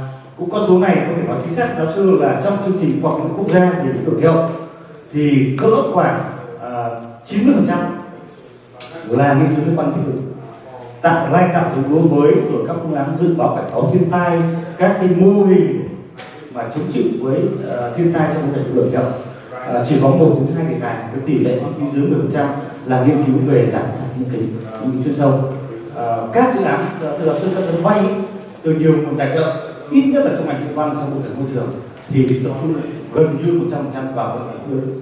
Chỉ có một số dự án không hoàn lại, nghĩa là giáo sư đã đúng ở cái số là trong các dự án viện trợ không hoàn lại của các ngân hàng, của ngân hàng thế giới vân, nếu mà không hoàn lại thì cỡ đâu đó có khoảng 30% để chúng ta có nghiên cứu định hướng công nghệ mới và cỡ khoảng 40-60% là chúng ta trong lĩnh vực khí hậu là liên quan đến integration. Do đó thì xin phép giáo sư cũng phải khẳng định là những gì mà tập trung ở Việt Nam thì chúng ta phần lớn là tập trung ở động, chứ không để các cái tác động chúng ta làm cái chúng ta phải làm. Ở đây nói giáo sư là cái NDC là một cái quy định toàn cầu, có thể nói rằng là họ cố gắng tranh luận tìm ra cái điểm giữa các bên, và như vậy thì là không thể giữ được cái yếu tố carbon thì giữ cái NDC cũng là một cái giảm tự động, nhưng cũng là tự cam kết đóng góp. Việt Nam mình cũng đang triển khai cái NDC, cũng đang có những nghiên cứu và cũng đang có lộ trình thực hiện cái thỏa thuận Paris. Nhưng giáo sư yên tâm là chúng ta sẽ chỉ có pháp lý hóa. Tôi muốn vì nãy tôi muốn hỏi kinh nghiệm các nước là như vậy, gần như các nước không có nước nào luật hóa cái việc thực hiện cam kết Paris đâu. Tuy nhiên là có một số chuyên gia trong nước chúng ta muốn, tôi muốn hỏi ở đây là như vậy, muốn luật hóa, nghị định hóa cái lộ trình. Và cũng xin thưa với giáo sư luôn là để có thể chúng ta chuyển sang cái vấn đề khác trong thảo luận là hiện nay chính phủ đã quyết định là cái nghị định, cái thông tư về lộ trình Paris chỉ có thể xem xét thực hiện phê duyệt khi có những hướng dẫn cụ thể của UNFCCC, của IPCC và có những kinh nghiệm từ các quốc gia tương đồng Việt Nam, chưa hết là các quốc gia phát triển. Do đó thì chúng ta đang có những cái rất tích cực, Việt Nam rất tích cực nhưng có lộ trình hết sức thận trọng, nên là xin báo cáo giáo sư, để giáo sư yên tâm và với cái thông tin của em thì xin báo cáo giáo sư như vậy. Okay, so thank you. I try to respond to Professor Nguyễn the question and talking about the mitigation of climate change. I think it's very interesting.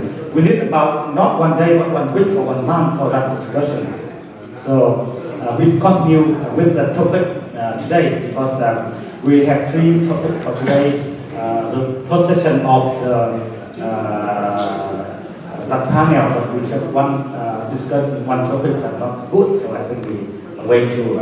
I think please floor for the question for please. Throwing this kind of question may be hard for chemists, but I just wondering the economical feasibility, whether technology is a problem or like a supply chain problem, which is a bottleneck in the bankruptcy of the one company. From what I understand, Aurora algae suffered because they didn't have a clear path for harvesting the algae. I don't think they appreciated the complexities, this is my understanding, that were involved in actually separating the algae from the water. I also have read that there was a lot of issues around the ponds becoming contaminated with razors, for example.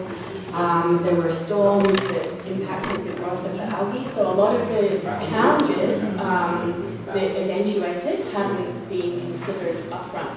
Now we have this experience, you see, the challenges, now we understand the things that could go wrong, and we can develop solutions to these things. However, because there was so much money invested originally, it's difficult now to go back and start with the benefit of hindsight. Any other question from the forum for any speakers today? Ms. Rita first. I think it's very interesting to see the new technologies between geothermal and algal use for energy. But it seems that although they are great ideas and it makes sense to invest more money into these technologies, but it seems that what we do not have control of is the markets, because I have the impression that for using algae for energy, the market is just not, is resisting to allowing the technology to develop. Am I right? I completely agree, and that's actually why we think the most opportunity for using algae, and I still think this relates to this climate change, water and energy and food nexus, is in using them for aquaculture and agricultural feeds, because that still would alleviate a lot of climate change issues. Obviously the amount of energy in terms of producing food or feed, if you like, for the cattle, for example, is incredibly high. And if we can use algae, which are a much more sustainable option for growth, then that will still mitigate climate change, I believe. And in addition to that, it's being opportunistic with the use of them as well. So where we know they grow well, for example, in our tropical regions, I'm speaking now from an Australian perspective, in our tropical regions, they will do very well in terms of treating wastewater effluent that could otherwise damage the Great Barrier Reef, for example. So positioning algal farms in that area where they can be used to strip phosphorus and nitrogen, while simultaneously producing a significant amount of biomass that could be used, for example, fertilizer to replenish some of our degraded soil systems, is an alternative which will still have a lot of benefit in terms of the climate change and environmental issues that we're seeing today. And can I just add that just I think one of the things that is not taken into consideration often is well, we can talk about donor countries, but it's actually the corporations that drive much of these markets.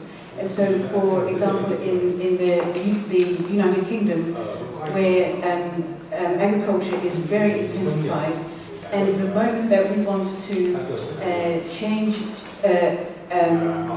to help intensive farming to use different technologies, it's very, very difficult because the markets, there is no control, and even if we talk with governments, it still does not make a difference because it's driven by corporations.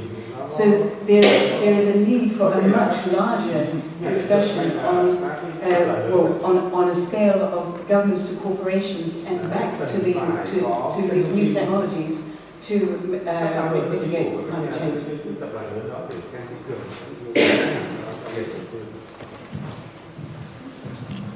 Okay. Follow the comment, and I also discussed with Dr. Khan. You mentioned about the role of the macro energy for CO2 mitigation, but how do we think about the macro energy? Macro energy is for everything needs. Return in the case of Vietnam. In Vietnam, we also have around 1,000 species identified. And nowadays, we almost harvesting from nature field. Macro energy and biofuel or functional food and biofertilizer and anything benefit from the energy you can find in the macro energy civic. So in Vietnam, I think that ties to pay attention on the exploit about macro energy civic. Okay, thank you. Yeah, thank you for the question. Yeah, we also have a lot of macroalgal research going on in Australia. And in fact, one company into the industries have actually been very successful in using macroalgae, again for the same idea, for simultaneously treating wastewater. And then it's harvested, I think they're using it as fertilizer, but they are actually investigating its use for all these other beneficial uses that we have been talking about. And the nice thing about the macroalgae is it's very easy to harvest. But again, I think that's one example, that's one company that's doing it. It's demonstrating the proof of concept that this can be commercially viable. I still believe that lots more funding is required to conduct additional research into the other ways in which it can be used. That's just one company. So, but I think these proof of concepts are very promising, and hopefully, lend insight into what can be done with microalgae and macroalgae. We also participate on the ASEAN network, how to use the macro energy as a CO2 sink since 2006. So use the macro energy as a CO2 sink is quite a conception now already is accepted. We still have 5 more minutes. Any question? No, we have 35 minutes. No. We have a poster presentation, so we should finish that.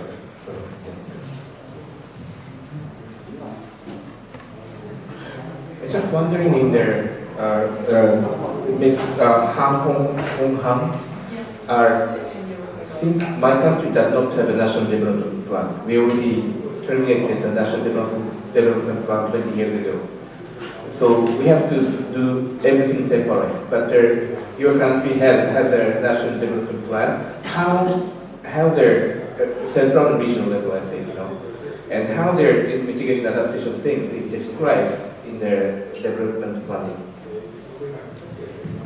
Yeah, thank you. Actually, our approach, like we based on our national development plan to develop our development scenario. And based on that, we propose the targets for emission reduction.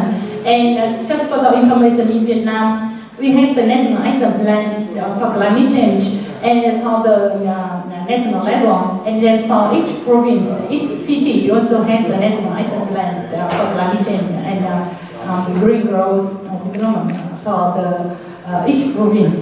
So we can say that we reflect, because at the moment the national development plan of the government is every 5 years, so we reflect that the targets. This is why I said that when we develop the NDC, the nationally determined contribution. Again, this is the nationally determined contribution. It's based on the national context, that we don't have to propose the targets that imposed by international donors or any other, but we base it on our national development targets, and then also project for the future development, and also take into account the other like availability of technology and also the national resource to propose the 8% of the greenhouse gas emission until 2030 compared to the better year 2010.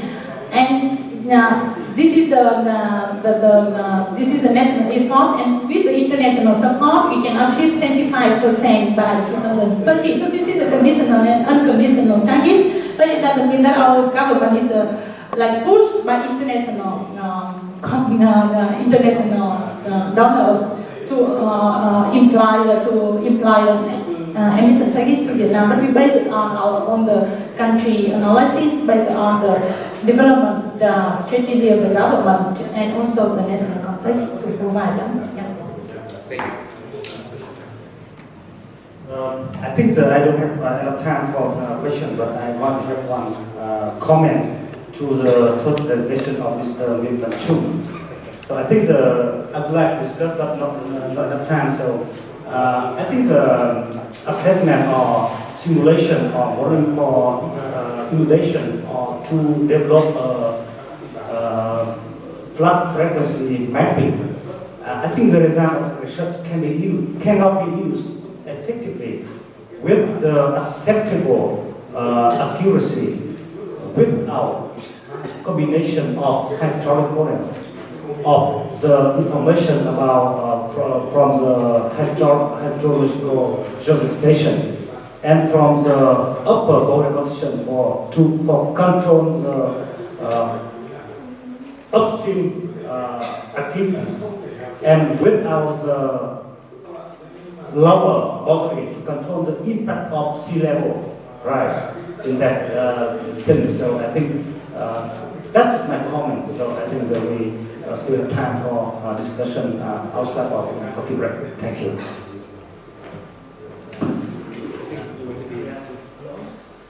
Yeah, I think it is also very important to see the poster and have an individual discussion. Of course, COVID sometimes when we pretend to revive ourselves. So we can continue discussion actually in the second session, which will be started from 11 o'clock sharp. So I would like to propose to have a poster viewing and coffee break for 30 minutes, and we come back on 11 o'clock. But the presenter for next session, I think, have to be here to upload your presentation material with our secretary. Thank you very much. Thank you very much.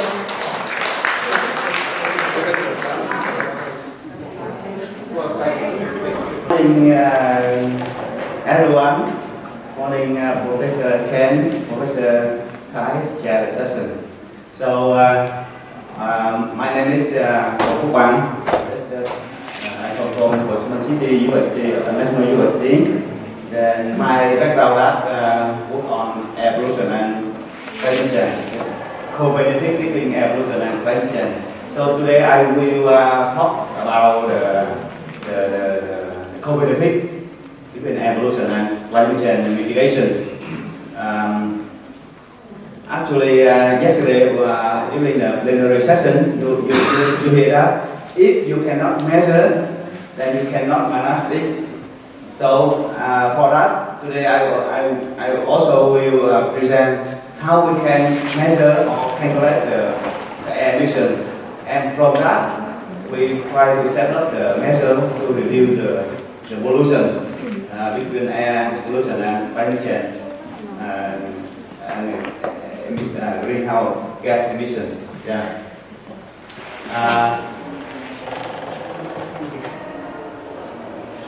So actually, in Vietnam now, we are we have very few cities in Vietnam to calculate the air emission to find out where the main emission source.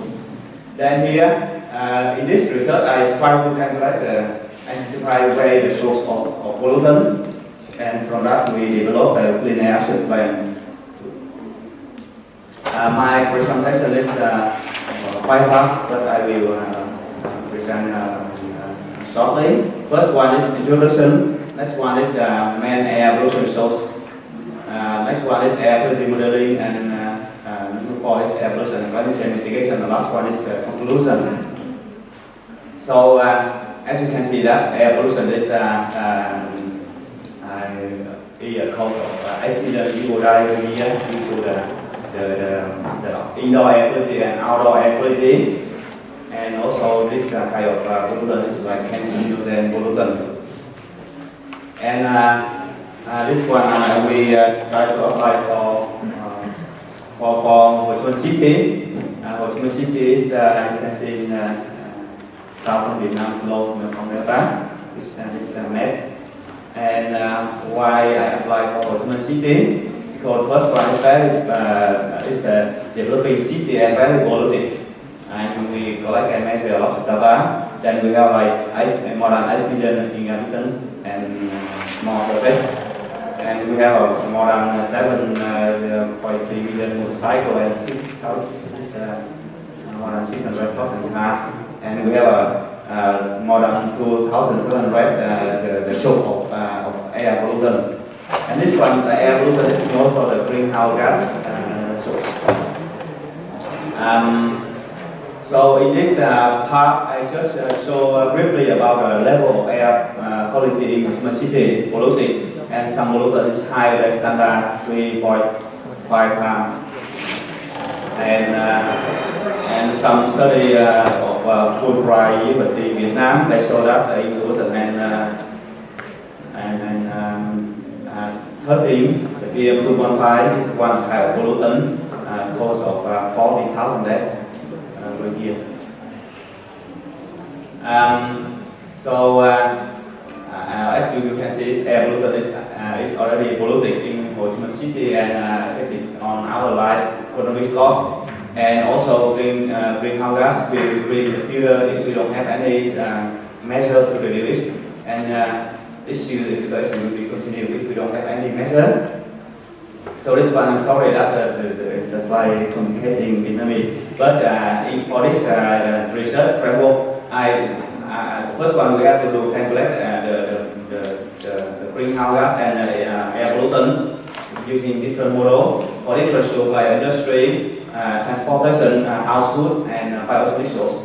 And from that, also we have to use the meteorology model to simulate the meteorology in the area, and from the result of meteorology and also result of input air inventory we use as input for air quality model.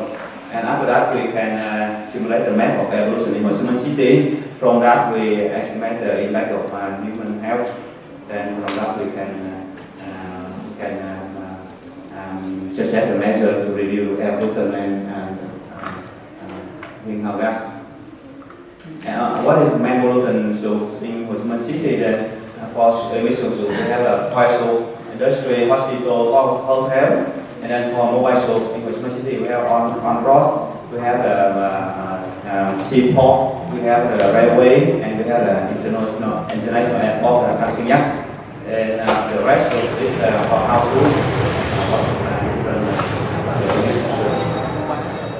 and for calculate the emission from the traffic, we use the emission model. This model can calculate the different pollutant and different kind of vehicle. Here we can see that we calculate for motorcycle, for car, for buses, heavy truck, light truck, etc. And also we apply some US ADI model equation to calculate the emission from the seaport also. And this one is a little bit detail about the question for ship emission. And for the area and the cost of this industry, so we use this kind of equation that emission is based on the indicator and based on activity. It means, for example, one day, one industry, one factory, they burn how many kilogram or ton of coal or something like that. We collect this information to calculate the emission. And also, we based on the reduction measure if they have a air treatment plan. Okay, this one is I can show you the map of the factory. They release pollutant or greenhouse gas by fossil fuel burning. Then here you can see central Washington City here. We also have a lot of factory, and here we have total 2,700 factory release pollutant. And from that we can collect all the pollutant from this kind of source. And this one is the result of the pollutant. And you can see here this color green is the industry. Number 2 is black here is the housewood, it's cooking something like that. And the red color is transportation. And number 4 is biomass. And you can see it's, the sharing of percentage. Transportation is occupied by almost the pollutant in the human city, and also greenhouse gas in the fossil burning. And here that this the final result of the contribution is so possible. Motorcycle in the human city contribute 28% of noise in total. And you can see very detailed. Cars contribute 21%. Harbor, like seaport, contribute 11%, etc. And for example, for TSP, is total settlement particle. Then from car, from motorcycle and brake where road surface contribute 36%. And household cooking activity released around 11%. Construction site and also seaport, etc. And first one, we have to understand where the source of emission, and from that we can decide a measure to reduce. If you cannot measure that one, you cannot manage the air quality or reduce greenhouse gas. And also some another source like SO2, then you can see different sources that contribute different percent of pollutant. And this one, the map of air pollutant in Washington City. You can see for HANOI, and you can see in central here they have a lot of pollutant because they concentrate a lot of seaport, road, traffic, railway, airport, etc. And this part is the mangrove forest and mangrove emission for another pollutant SO2. And from that we try to simulate the meteorology to see how air pollutant move from city to another for east, we have to use nesting one-way technique to simulate the weather, city different domain. And this domain is called the city. So I will go fast.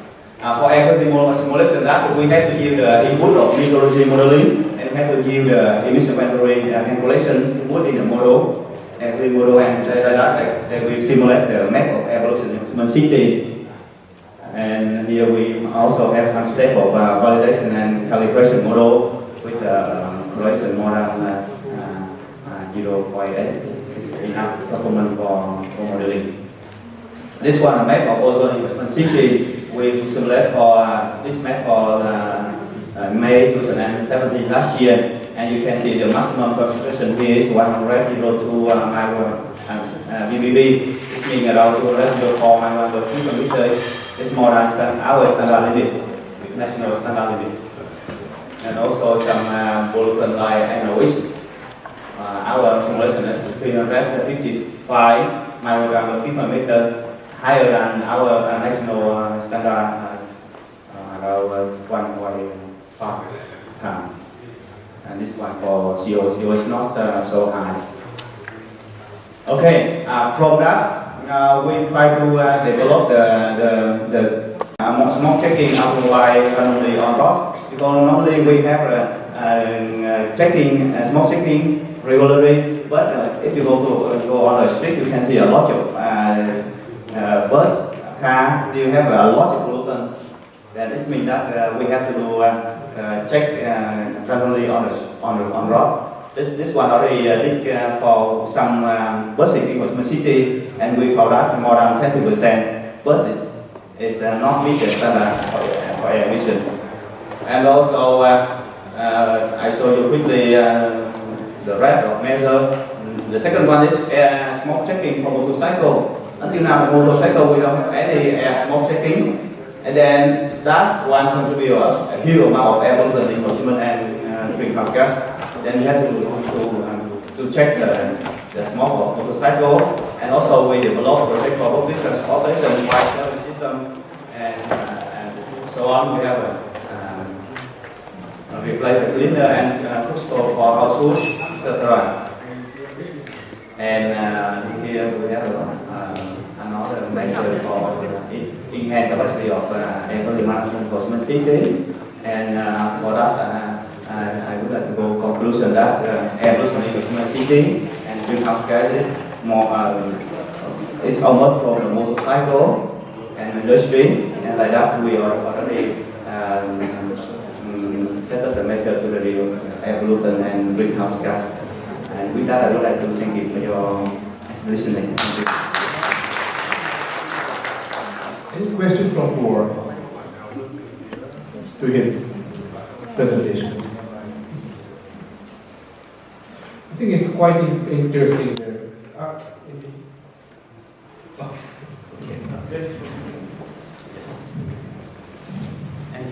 Thì cảm ơn tác giả.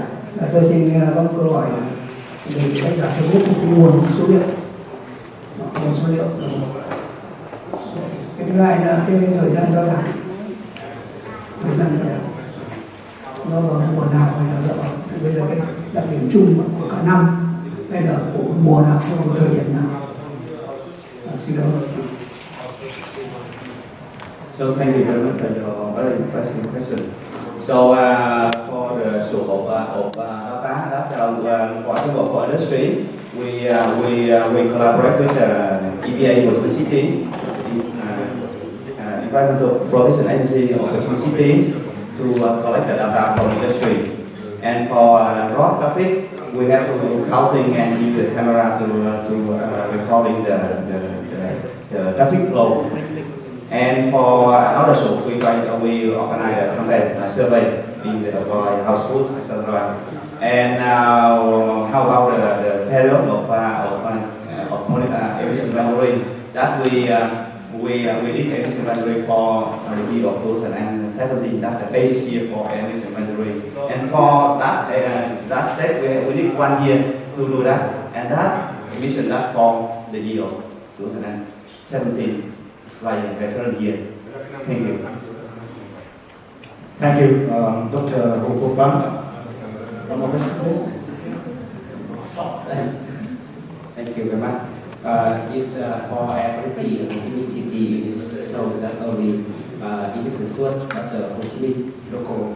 So that means no emission source from outside to be reflected on no effect from outside. Thank you very much, Dr. Kim. It's your question about the transport pollutant from another province to the city. Actually, you see in Hanoi also, and I read in some article that 40% of dust particle come from China or another country in the northern Hanoi. In Ho Chi Minh City, it's also because the air pollutant is flow depend on the wind flow. Then I'm sure that people around the city we have Bình Dương province, Đồng Nai province, and Vũng Tàu province. That's why very high industry development province. So that a lot of sort of pollutant from another province to push into the city. But that's so we consider in the next project next year we will do like air emission zoning, receiving for the city. Then we consider that that's a source. Thank you.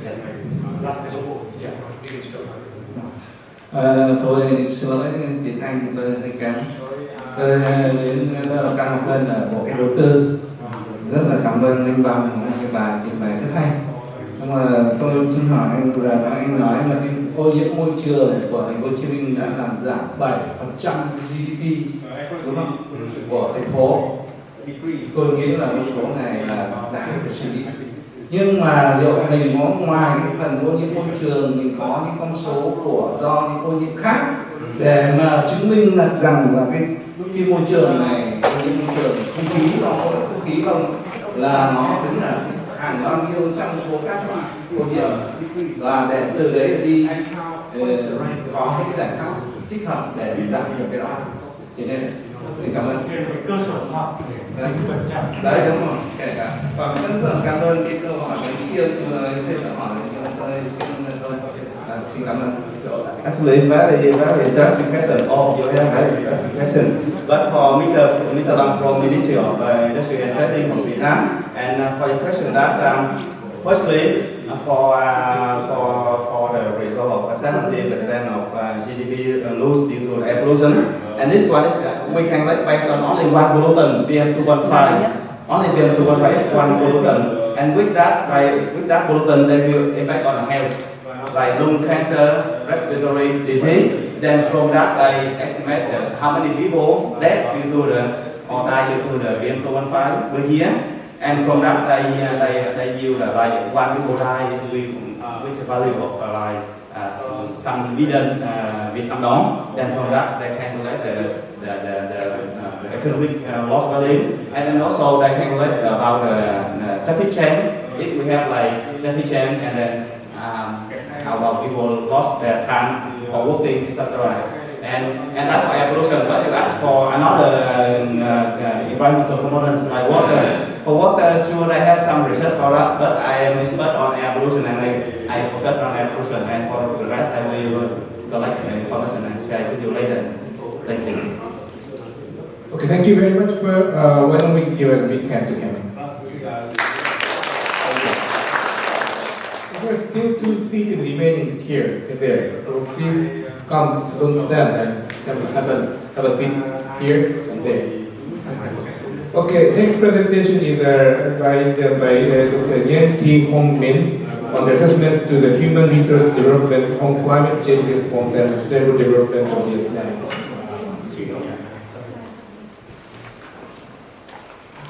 Floor is yours.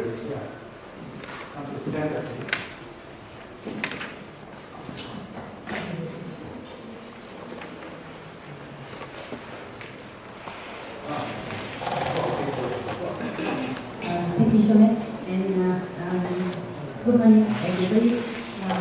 On behalf of the research group from School of Interdisciplinary Studies, Vietnam National University of Hanoi, I would like to share some our design on assessment to the human resource development on climate change, response and sustainable development in Vietnam. We have prepared slides in English, but in order to make the presentation more clearly, I would like to speak in Vietnamese. So I'm so sorry if it makes any inconvenience for you. Xin cảm ơn các quý vị ạ. Vâng, tôi xin phép được trình bày một tiếng Việt.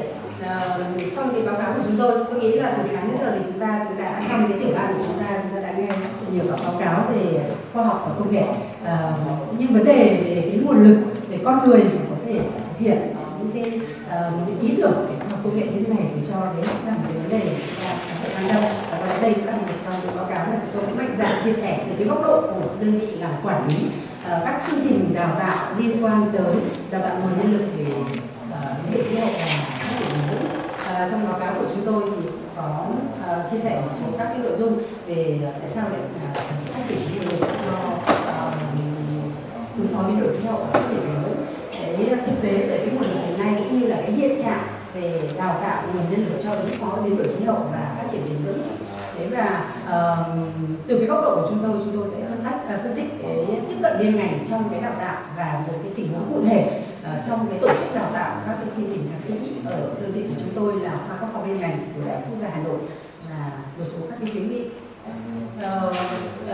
Các vấn đề về ứng phó biến đổi khí hậu và phát triển bền vững thì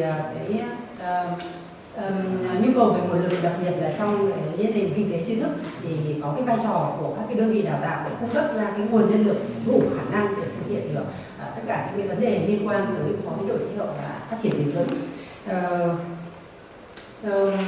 Việt Nam chúng ta cũng đã sớm có những cái tầm nhìn chiến lược trong cái chung vai cùng với cộng đồng quốc tế cho các vấn đề biến đổi khí hậu và phát triển bền vững. Nhưng tuy nhiên thì có một cái hạn chế rất lớn là chúng ta đang vấp phải.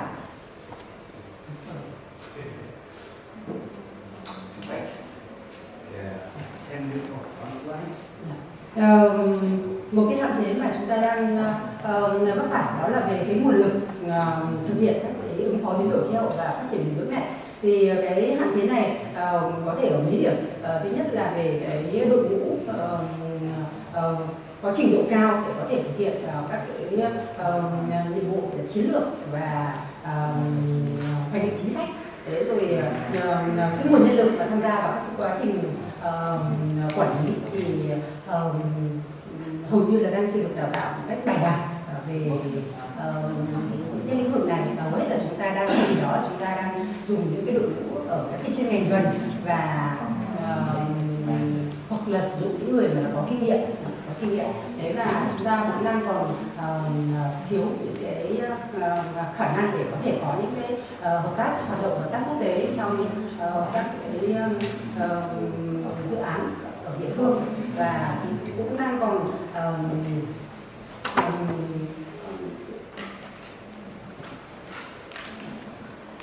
và đặc biệt là các cái chuyên gia mà được đào tạo một cách chuyên sâu, đào tạo một cách chuyên sâu. Thế mà các vấn đề về cái nguồn lực đang còn thiếu thì cũng đặt ra cái yêu cầu cho các cái tổ chức đào tạo, cho các cái giáo dục. Thế mà cái bức tranh của cái giáo dục về nguồn nhân lực thì về giáo dục đào tạo, giáo dục về cung cấp nguồn lực về ứng phó biến đổi khí hậu và phát triển bền vững, thì chúng tôi cũng có một cái bức tranh ở trên thành hai mảng, tức là các cái đào tạo phi chính quy và đào tạo chính quy. Để đào tạo phi chính quy thì các cái tổ chức quốc tế của chính phủ, thì trong cái đào tạo chính quy chúng tôi cũng đã rà soát và thấy rằng là đã có những cái chương trình đào tạo ở bậc đại học ở cả ba mức, ở bậc đại học và sau đại học, từ cử nhân, thạc sĩ và tiến sĩ. Thế mà hiện nay thì Đại học Quốc gia cũng là một trong những cái đơn vị đi đầu trong việc cung cấp các cái chương trình đào tạo liên quan tới biến đổi khí hậu phát triển bền vững. Thế mà ngoài các cái chương trình đào tạo chính quy và từ cái tên gọi cũng như là nội dung về các cái vấn đề ứng phó biến đổi khí hậu và phát triển bền vững, thì một số các cơ sở đào tạo đại học thì cũng đã lồng ghép và tích hợp các cái nội dung liên quan đến vấn đề này vào trong cái đào tạo của mình. Thế mà chúng ta cũng thấy là trong cái hoạt động đào tạo thì cũng có 4 cái nhóm đối tượng tham gia vào các hoạt động đào tạo này. Đó là các cán bộ quản lý từ các cấp từ trung ương đến địa phương, rồi các chuyên gia, rồi những người làm tư vấn và những người mà quan tâm tới cái vấn đề mà đang của xã hội như thế này. Chúng tôi đã liệt kê ra được ở đây là có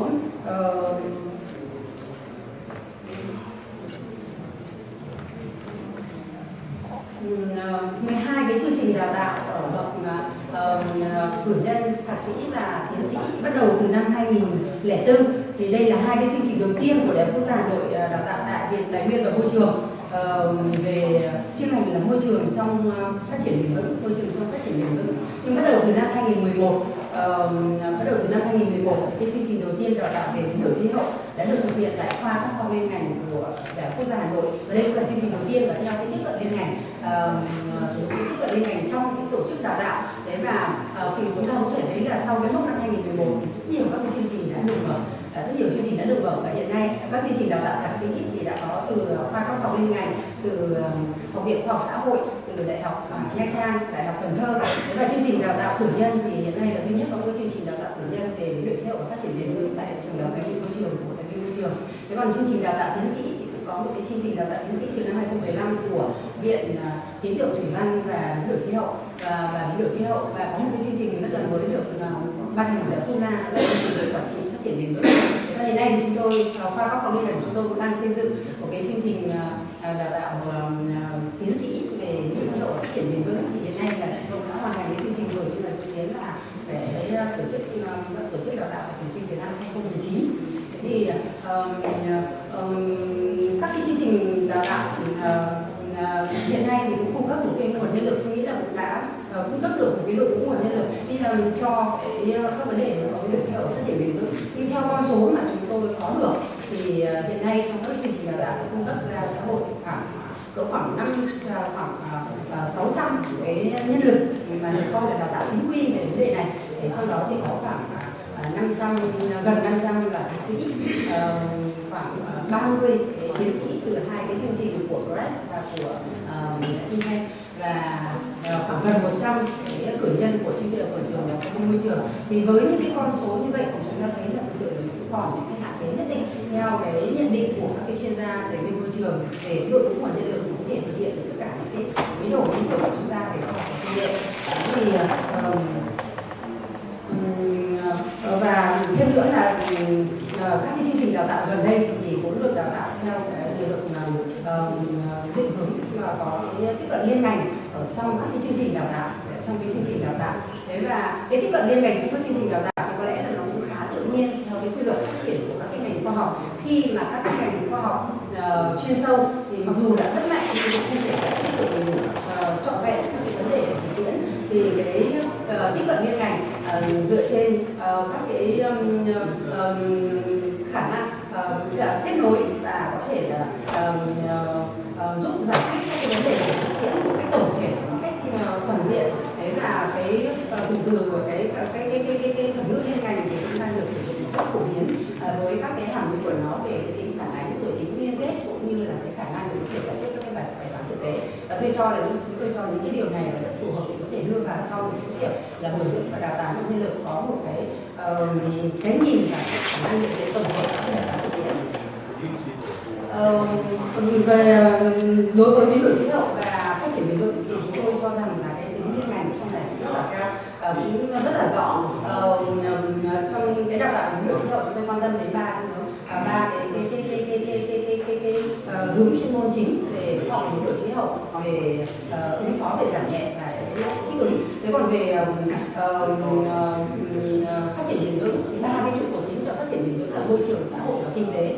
Thì đây là những cái trụ cột để đánh giá cái tính bền vững của một đối tượng, và tất cả những cái đó thì phải được trang bị trong cái yêu cầu của người học. Thế và một cái mong muốn của chúng tôi khi mà tổ chức đào tạo các cái chương trình liên ngành tại khoa các khoa liên ngành của chúng tôi khi xây dựng cũng như là tổ chức đào tạo là mong muốn một cái chương trình đào tạo để qua đó người học sẽ được cung cấp các cái kiến thức, các cái tư duy cũng như là cái cách tiếp cận liên ngành để có thể từ đó có được một cái khả năng khi mà thực hành nghề nghiệp thông qua các cái bước là nhận diện các cái bài toán, vậy nhận diện các cái bài toán và đề ra các cái giải pháp cũng như là tham gia và thực hiện các cái giải pháp cho các cái bài toán đó. Thế và cái chương trình của chúng tôi thì cũng được xây dựng bám sát vào các cái triết lý liên ngành như vậy và được xuyên suốt trong tất cả các cái khối kiến thức về khối kiến thức đào tạo và tương tự với chương trình học bền vững. Thế và hiện nay thì chúng tôi cũng nhận được cái sự thu hút được nhiều người học đa dạng từ các lĩnh vực, từ các cái background, từ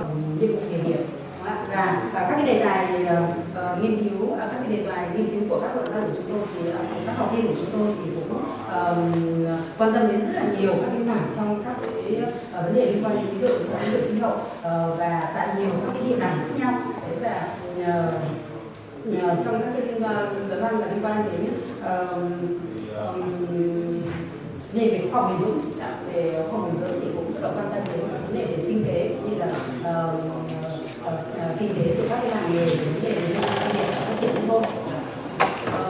Và cái triết lý liên ngành của chúng tôi ở đây thì sẽ xuất phát từ để đào tạo liên ngành thì phải từ chương trình đào tạo, rồi cách tổ chức đào tạo, rồi tất cả các bên liên quan như là giảng viên, như là tổ chức và các cái công cụ để đánh giá. Và thông qua những người học rất đa dạng từ nhiều các lĩnh vực khác nhau để qua được chương trình thì ta sẽ có được cái đội ngũ để có thể có được cái tư duy tổng thể toàn diện trong cái vấn đề năng lượng rộng như thế này.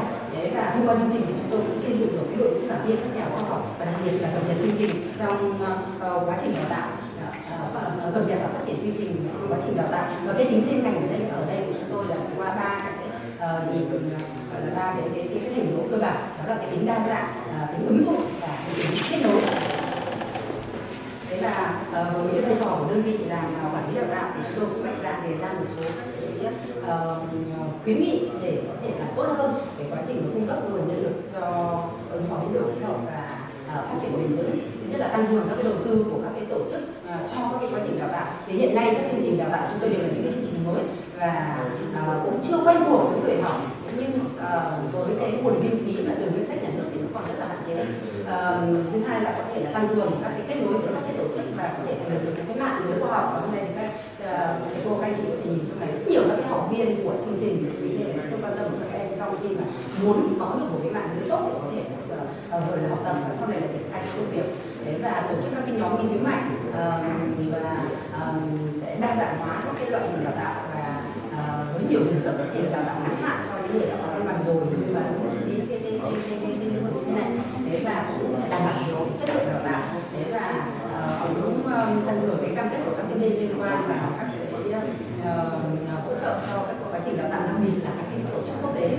Và qua những hội thảo như này với cái sự tiên phong của đại học quốc gia thì cho chúng tôi rất là tốt để những người mà quan tâm tới cái nguồn lực của họ trong lĩnh vực học và có thêm được kiến thức kinh nghiệm của các cơ hội. Và cuối cùng thì xin cảm ơn.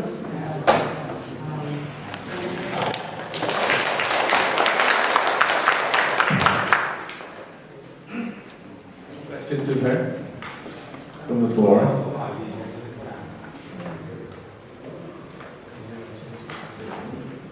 Tôi xin có một cái câu hỏi đến giáo sư Minh.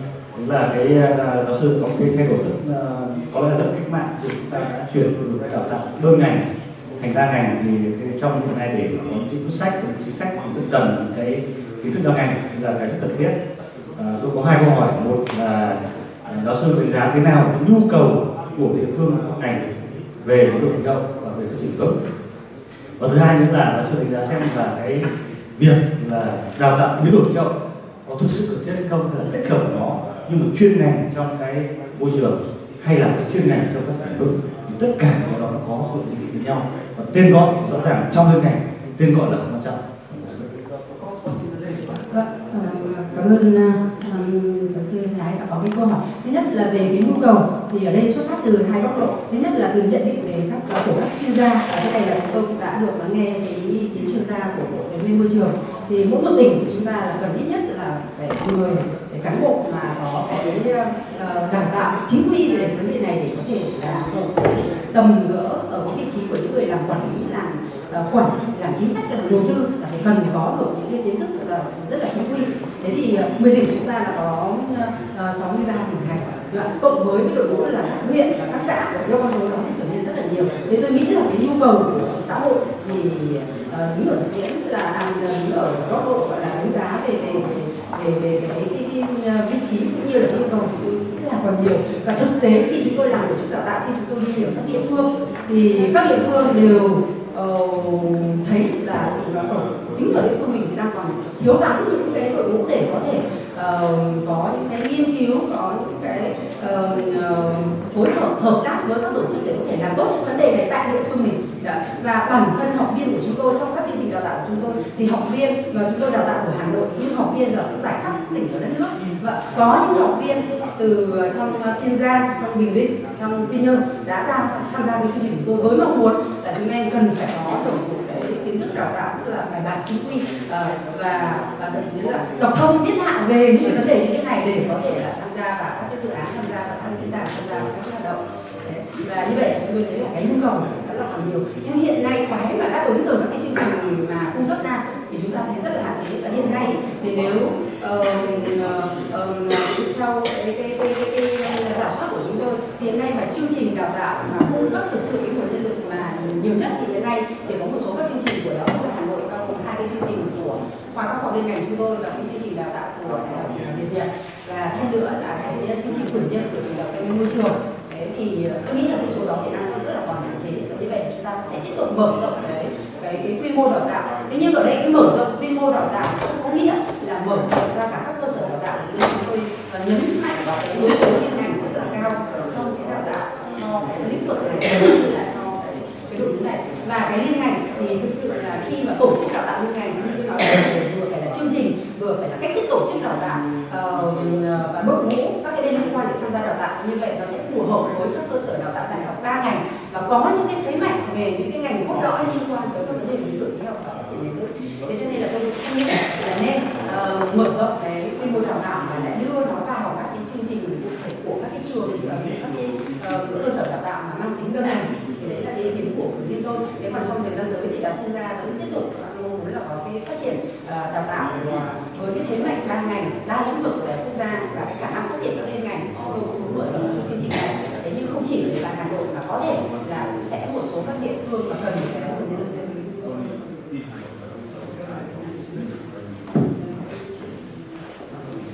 Last question, okay?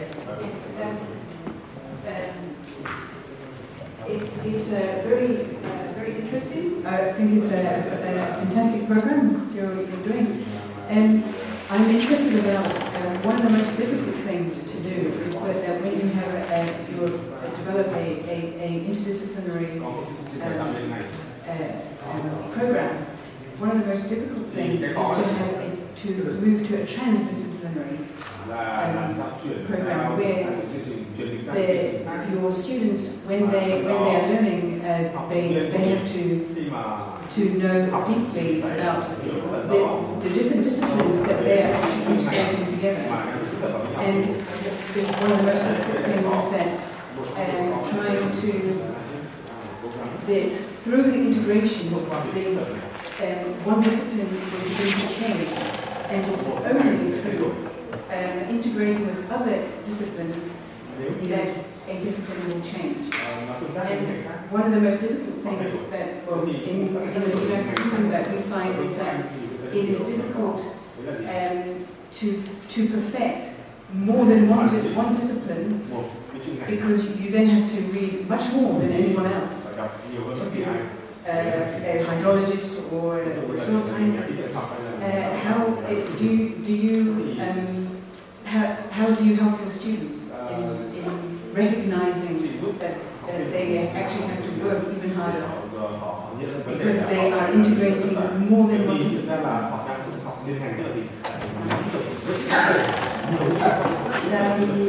Câu hỏi về tức là cái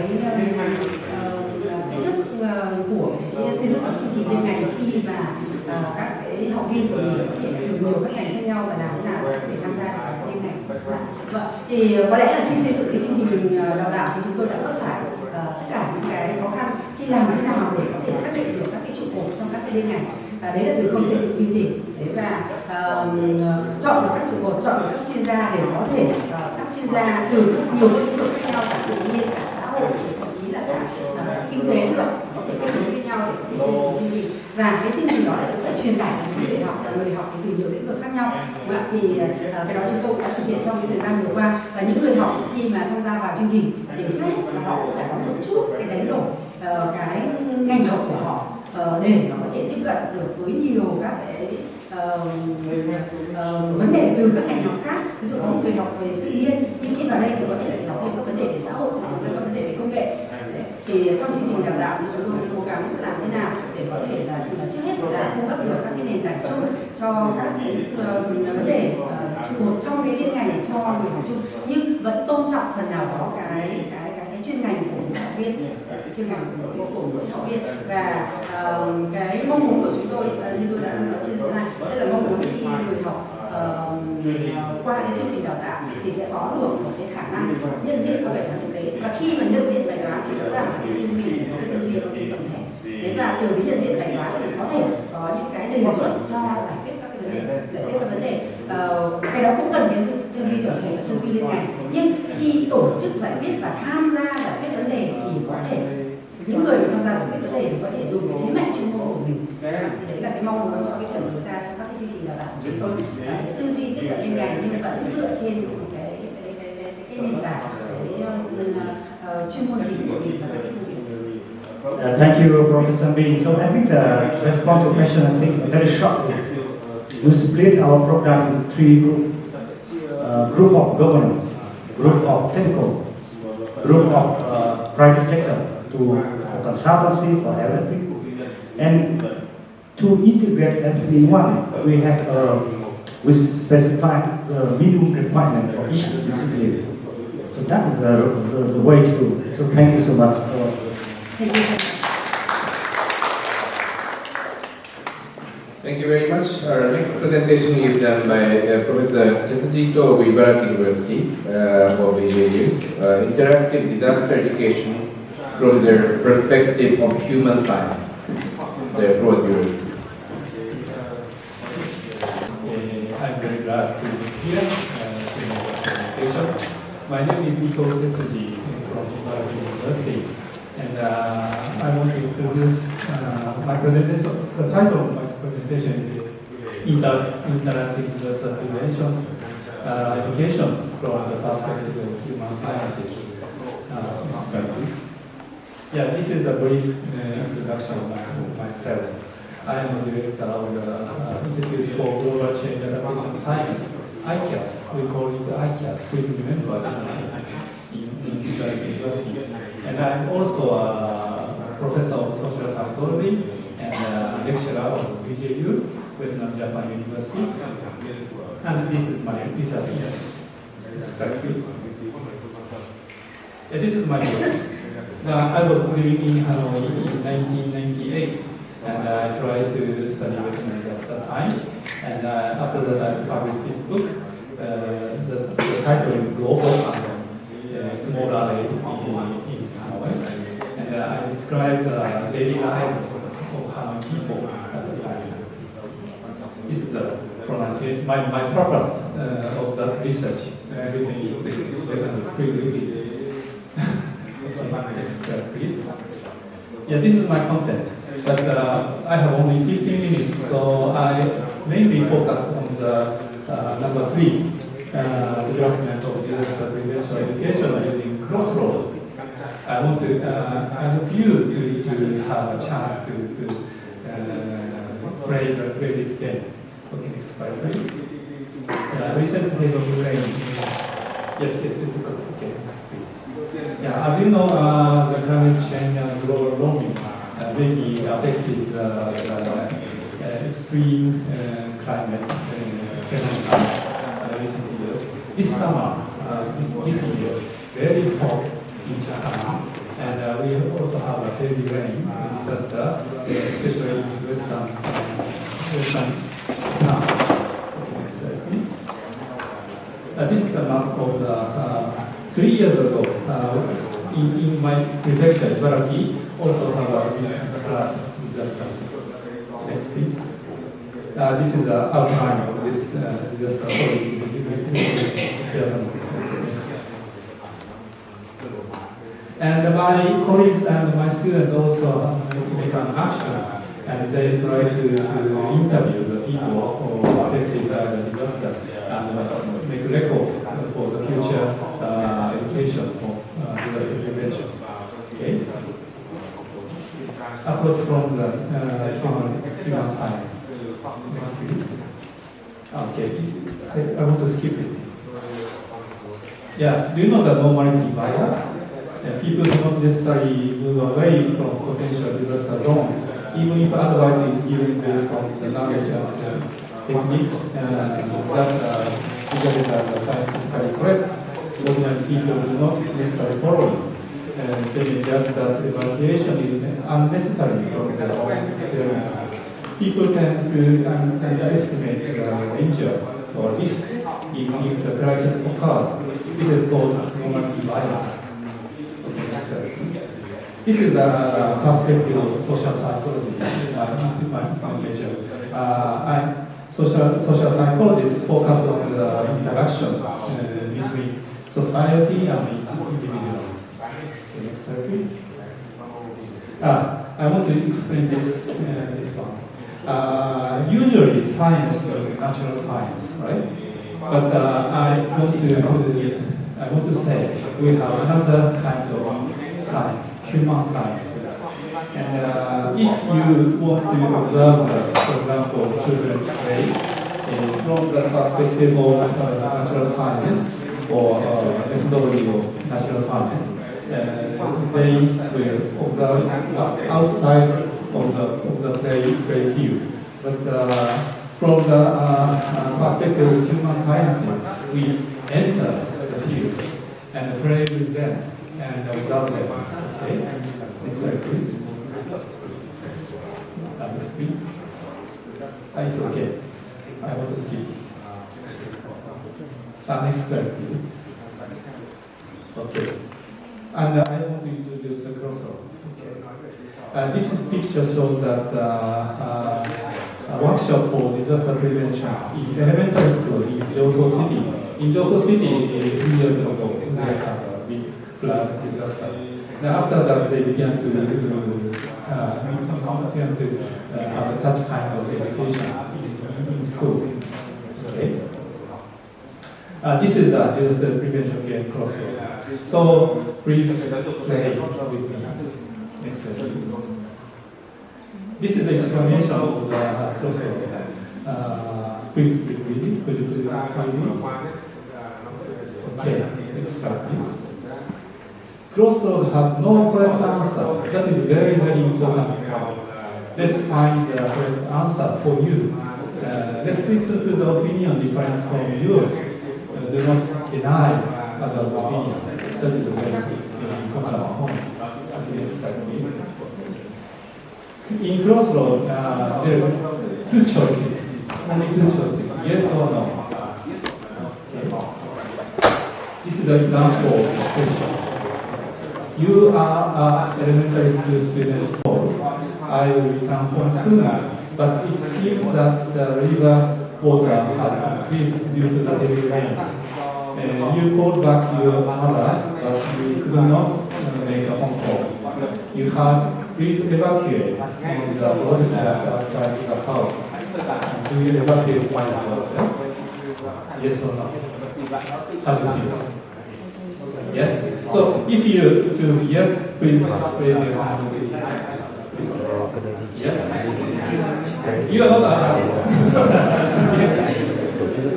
Who choose no? Can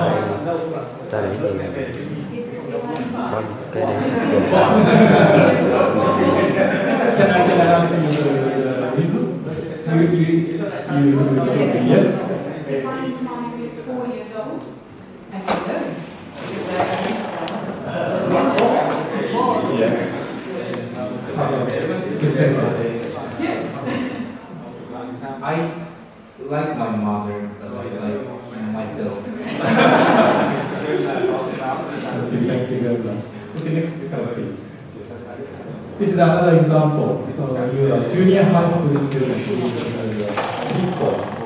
And this is a problem of the tsunami attack. And you remember an old woman living near here. She cannot walk by herself. Do you evacuate soon? Yes or no? You want to evacuate soon because of the tsunami attack soon, maybe. But you remember old woman, maybe she took care of you many times. Who is yes? Evacuate soon? Who is no? Okay, thank you very much. And after choosing the options, we began to discuss with each other. Next slide, please. This is another example. Okay, thank you very much. Next slide, please. How did you think and feel? This is the kind of dialogue, interactive method to understand in such a situation, what should we do? Okay, next slide, please. And this tool is, as you know, the disaster prevention, there's some tools, hardware and software. But I want to say that there's a third tool that is humanware, that is ourselves. We have to change our set of mind, and crossroad is contribute to build up a set of mind for the disaster. Okay, next slide please. This is another workshop. It's also I can say it's the third tool, I think, my timeline project. It is very complicated, but 3 days timeline. It's according to your situation of family. If you have a handicapped family member, you have to evacuate soon.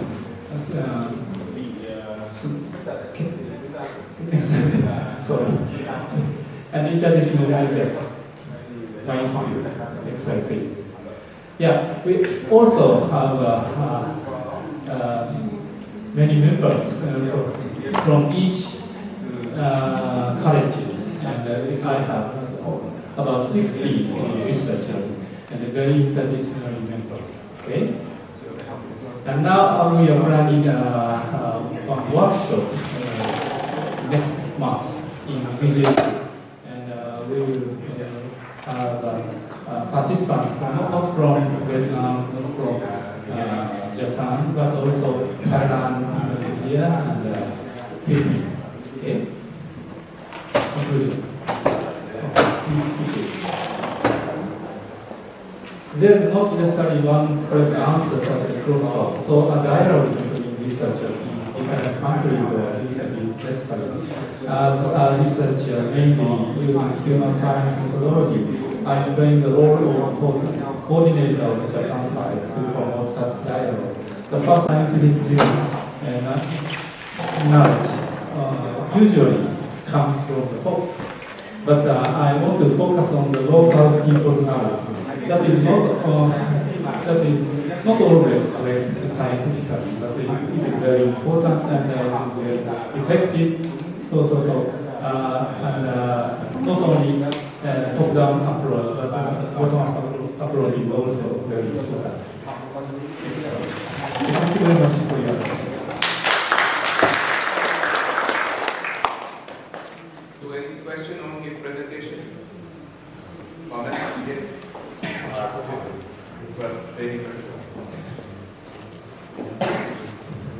Thank you, Professor. I'm Yi from the Public Policy Program from Vietnam Japan University.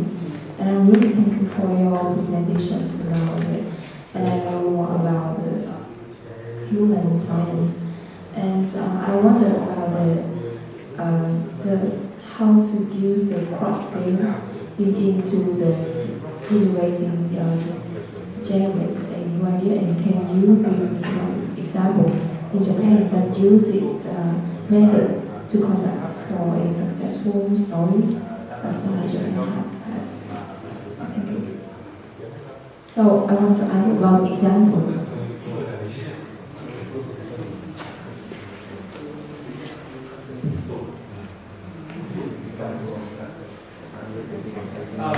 Now crossroad is all used very widely in Japan, and for not only for the school, but also in the local area.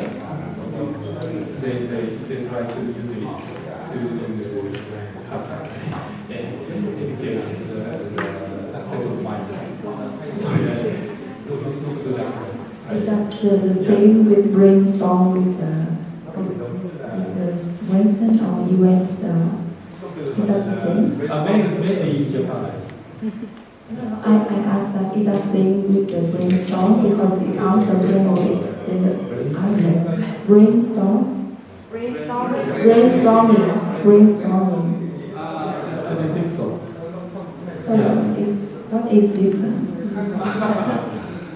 Brainstorming is brainstorming, right? Okay, I will show you later.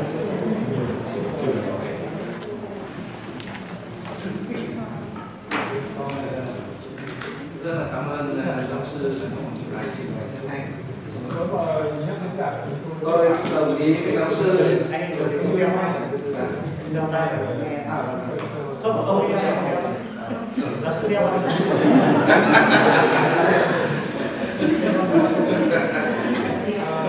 Tôi nghĩ giáo sư là có cái khoa học nhân văn.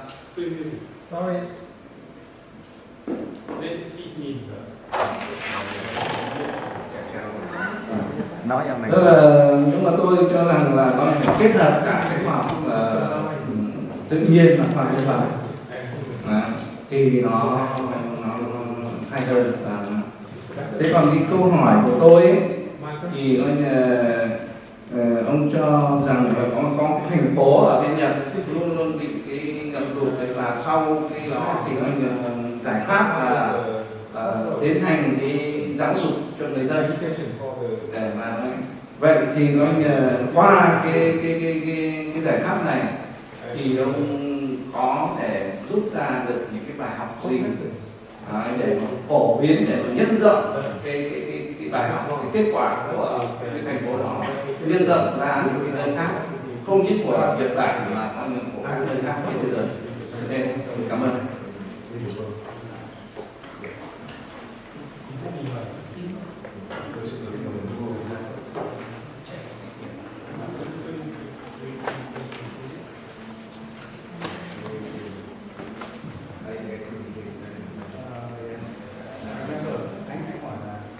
Bài học rút ra qua cái đất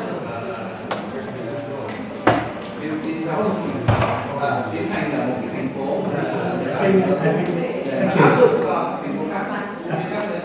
I think this is the question, the same the question from that lady that what's the lesson learned from the story in some provinces or city in Japan, how to apply to Vietnam.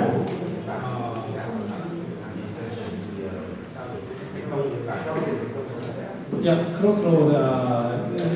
I think that you can create the Vietnamese version of crossroad. And it's not so difficult. The structure of this game is so difficult. So, but to tell the truth, this game has a copyright. So if you want to develop your own crossroad in Vietnam, please contact me or I can connect to the. Yeah. Your action yeah. Thank you. So we continue the discussion.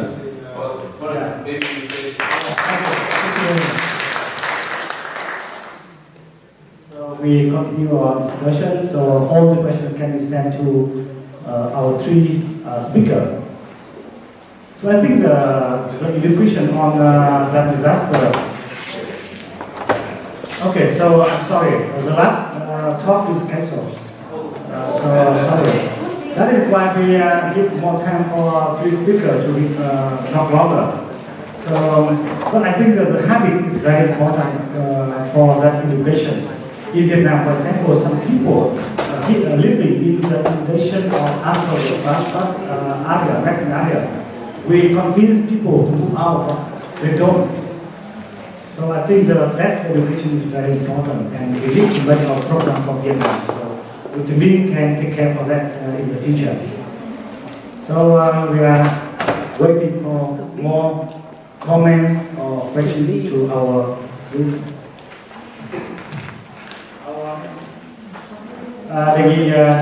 Đề nghị ban tổ chức các bạn microphone các bạn chạy để giúp cái.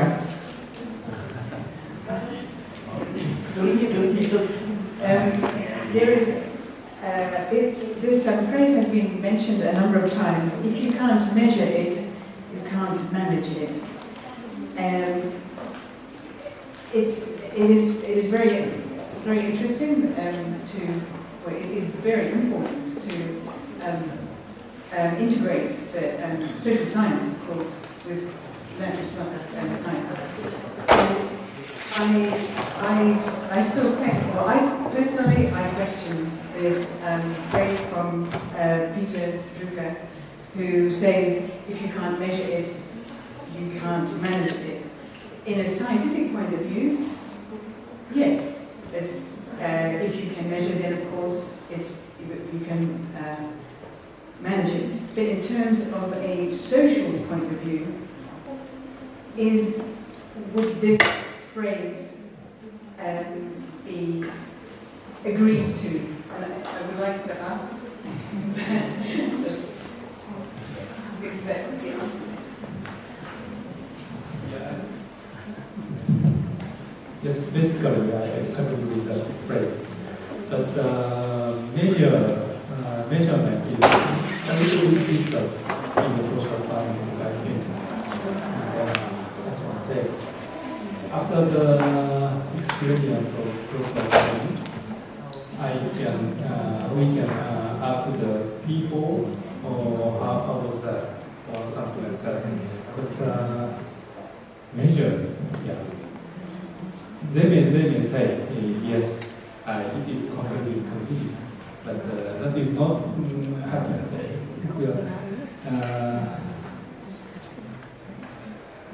It's a measurement of scientifically or not. I'm not sure. Yeah, but after the game, they may change something. Yes.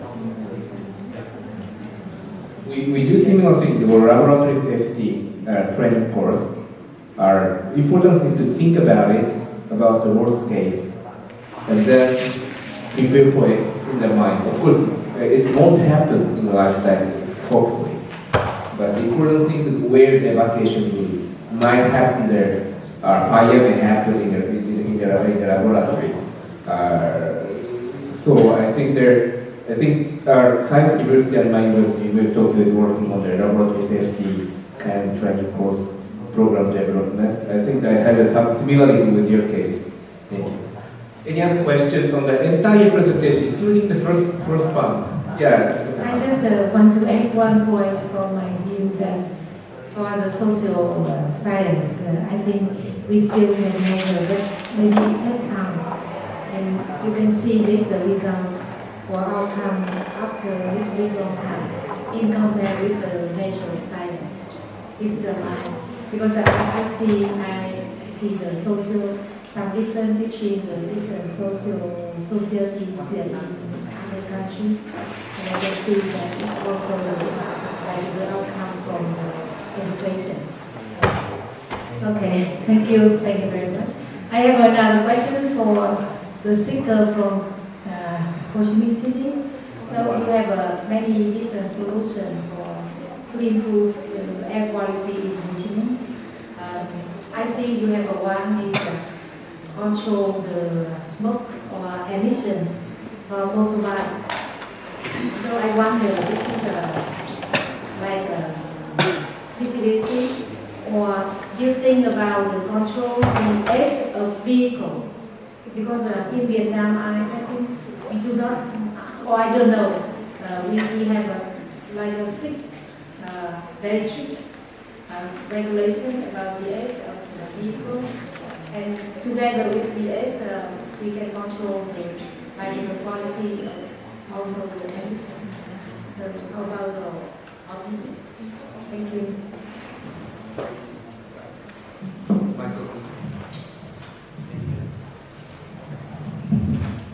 Thank you for your interesting presentation.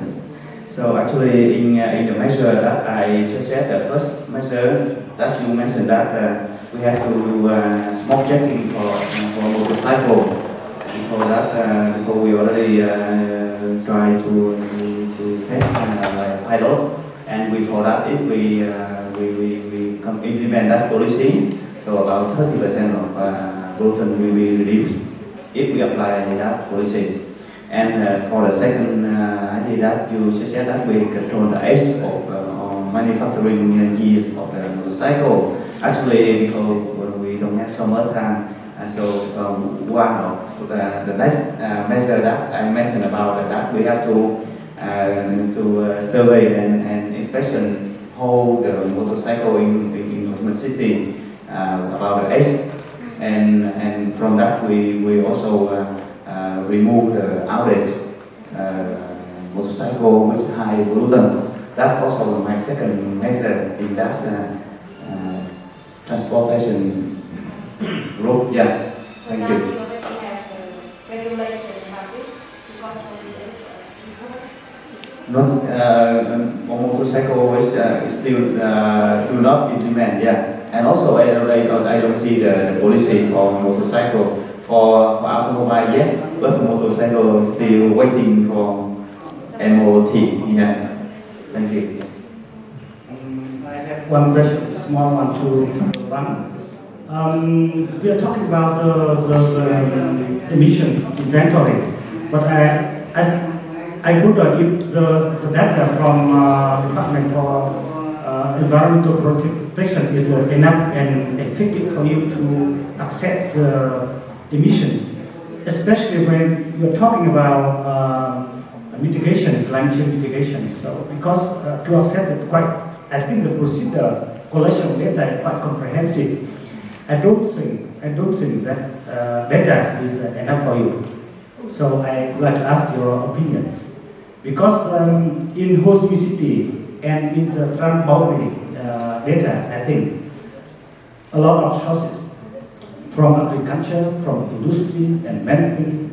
So I don't understand. I don't know this, but from your presentation, I think that the data is not enough to assess them.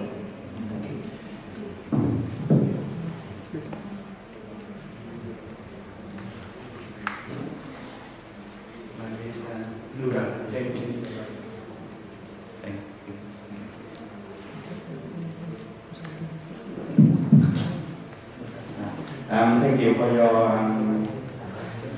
comment and also question. Actually, you're right. For doing emission inventory detail like bottom up is also not easy. And because that in Vietnam now, I think there's only 2 cities in Vietnam now they have the result of emission inventory. One is called Hàn City, they did 2 years ago, under funding by German Technical Corporation, CSX. And the second one, that was City that we did from 2017 to 2019, that 2-year project. And that project is a lot of money also. And actually, for the data, that I think is example in Mexico City. Then to do that emission inventory, we need like 5 million USD, and they need a big resource to do that. But if you say that if you don't have money and you cannot do, and then we don't have anything. So we start step by step, and then because I work for Ho Chi Minh City like 15 years ago until now on air pollution, I collect many information about the road, about the traffic, everything, and we don't do only 2 or 3 years, but we the data is collecting, accumulate, and until now it's a lot. And I am sure that I still don't have enough, as you say. But we try our best to produce the emission inventory, and we apply some advanced method that suggested by GSF for ASEAN country. And that project I also like national expert for that project. We apply for 12 cities in 7 countries as a region, and that's also I think that's we come on climate change. We already have studied on that for agriculture, different sector and different industry project. I think you can contact with that focal point of the program to take more data and more information, more methodology and methods for that. That's my suggestion. Thank you. Thank you. Thank you so much. Still have some okay. Cảm ơn. Tôi cũng xin nói thêm một tí về cái báo cáo của anh. Cái ô nhiễm không khí thì có thay đổi theo mùa và kể cả thay đổi theo thời tiết. Ví dụ như là mưa, lúc có mưa hoặc lúc không có mưa. Thì cái đo đạc cái là vấn đề rất là khó. Làm sao để cho nó đặc trưng, nó phải là đặc trưng cho cái thành phố ấy. Thì cái báo cáo của anh thì tôi thấy là phương pháp mà tôi quan tâm, thì tôi nghĩ là phương pháp là những vấn đề đo đạc và phải làm sao để bảo đảm cái đặc trưng là khó. Tôi nêu một cái ví dụ như thành phố Bắc Kinh, một thành phố ô nhiễm rất nhiều về không khí, đúng không? Đó. Người ta vẫn nói là nó ô nhiễm và ô nhiễm không khí là rất nặng ở Bắc Kinh. Nhưng mà tôi ví dụ Khi có một đợt gió mùa nó Bắc nó về thì không khí ở thành phố Bắc Kinh là coi như là nó bị thay đổi hết. Toàn bộ không khí ở trước khi gió mùa về và sau khi gió mùa về khác nhau hoàn toàn. Tức là các cái chất ô nhiễm mà anh nêu trên kia có thể hầu như không còn nữa. Thay hết không khí mới, một không khí mới này là đâu? Không khí mới này là không khí ở nội Đông. Qua cái sa mạc nội Đông thì hàm lượng chủ yếu là bụi, là cát, chứ không phải là các cái chất như là còn lại nó dầu nữa. Đấy, cho nên là cái đo đạc đánh giá ô nhiễm không khí ở một địa phương là phải bảo đảm cái việc đo đạc đặc trưng. Có thể là chỉ đặc trưng cho cái mùa này hoặc đặc trưng cho cái thời tiết này, mà không đặc trưng cho thời tiết khác. Đấy là cái khó khăn của cái việc đo đạc. Thì tôi chỉ lưu ý là cái phương pháp này làm thì tôi rất quan tâm, thì thế là có thể được những cái nguồn số liệu để nói rằng cái kết quả bản đồ hóa cái ô nhiễm mà ông nhìn có vẻ như thì rất là khó. Có cái gì Inet Việt Nam ấy, nó là bác sĩ. Đúng giáo sư Hàn. So actually, thank you very much for your interesting question, comment. Also, actually, in this project, we have some assumptions, like we didn't take into account the science boundary that, like Dr. Kim already said. That's next step. We improve that. Now we just calculate and simulate within the city only, not from outside. And your suggestion would be good for us in the future research. Thank you. We are sure that about the most pollutant come from the outside.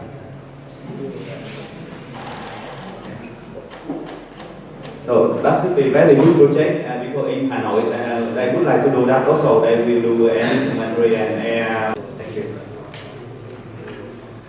Please. Rất là cảm ơn cái bài của anh Bằng. Nhưng tôi quan tâm đến cái số liệu như là giáo sư nói, thì nói như là tôi quan tâm ở đây là có cả các cái đặc biệt quốc tế. Vậy thì cái 7% giảm cái GDP đấy thì coi như các bạn quốc tế có những cái ai có cái số liệu để so sánh. Lúc nãy anh vừa nói đến Bắc Kinh thì để mà thấy rằng là coi như các cái thành phố khác với cả thành phố Hồ Chí Minh mức độ nó như thế nào. Hai nữa là riêng một cái số liệu đấy thì anh Bằng cũng nói là cái tính toán, kể cả cái gọi là bị mất thời gian để kẹt xe thì coi như rộng có thể tách riêng ra, coi như riêng về cái phần gọi là ô nhiễm không thôi, chưa kể đến cái đoạn bị kẹt xe về cái thứ thì nó chiếm bao nhiêu? Tại vì 7% là rất lớn. Tôi nhớ không nhầm là riêng về cái môi trường ấy, người ta tính là coi như trung bình là có độ từ 3 đến 5%. Đấy, so với GDP mà ở đây riêng cái không khí là 7% thì tôi coi như rất là nghi ngại. Đấy thì tôi có mấy cái trao đổi thế xin hết. Xin cảm ơn anh. Trước khi bạn trả lời và bạn ý kiến, tôi xin bổ sung một ý kiến thôi, đó là tính toán nó cũng hết sức là cẩn thận, vì tôi chính là người chủ trì cái nhiệm vụ tính toán cái đóng góp ô nhiễm nước ở lưu vực sông Trà Đồng Nai, và khi đánh giá xong đến các hộ sản xuất thì đưa ra đối với các doanh nghiệp thì lúc đó là một câu chuyện tranh cãi rất lớn, nên là cái cơ sở khoa học tính toán cho nói ở một tạo khoa học thì được, chứ tôi nói để quy kết cho các nguồn ô nhiễm gây thiệt hại cho nền kinh tế thì là cả một vấn đề lớn. Tôi chỉ có một bình luận, xin mời anh. I think this is a very interesting topic because in the United Kingdom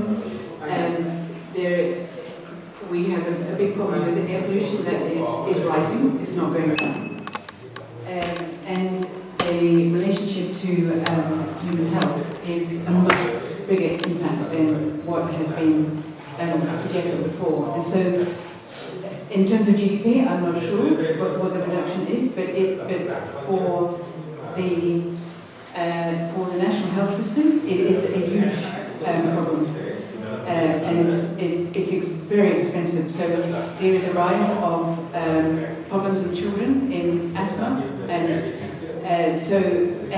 it is a surprise because being in the United Kingdom, the expectation would be that the air pollution is going down, but it is not, it is rising.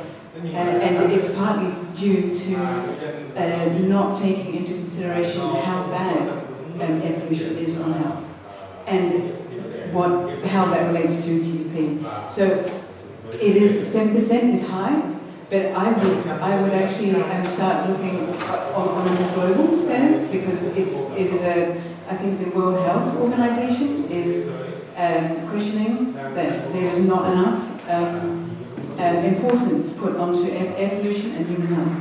So I think you are at a very interesting point, and I think it's worth looking on a global scale. Anh Bằng có phản đối từ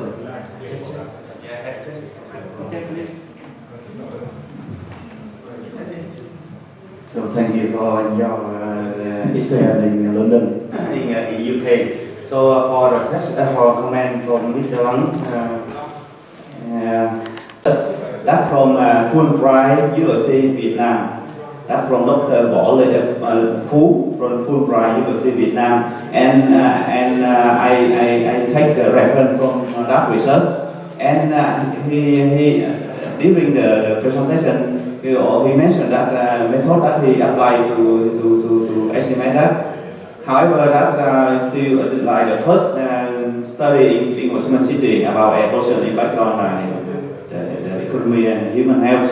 But in Vietnam until now, it's very few research about that. Then, because we don't have any information about scientific information about the impact of air pollution on human health and economy, and then we don't have so much policy or regulation to reduce the air pollution in Vietnam now. And that's why you come from the Ministry of Planning and Investment, and you have to think about that in the next period to implement or to allocate the budget more for assessing the impact of air pollution on human health. And if we don't have that result, then we cannot convince the government to set up some policy or measure to reduce that. And you see Hà Nội, Hồ Chí Minh City, even in capital city, is now is high level of air pollution, and very few measures to reduce it. And that's why I just comment for you also for MOPI.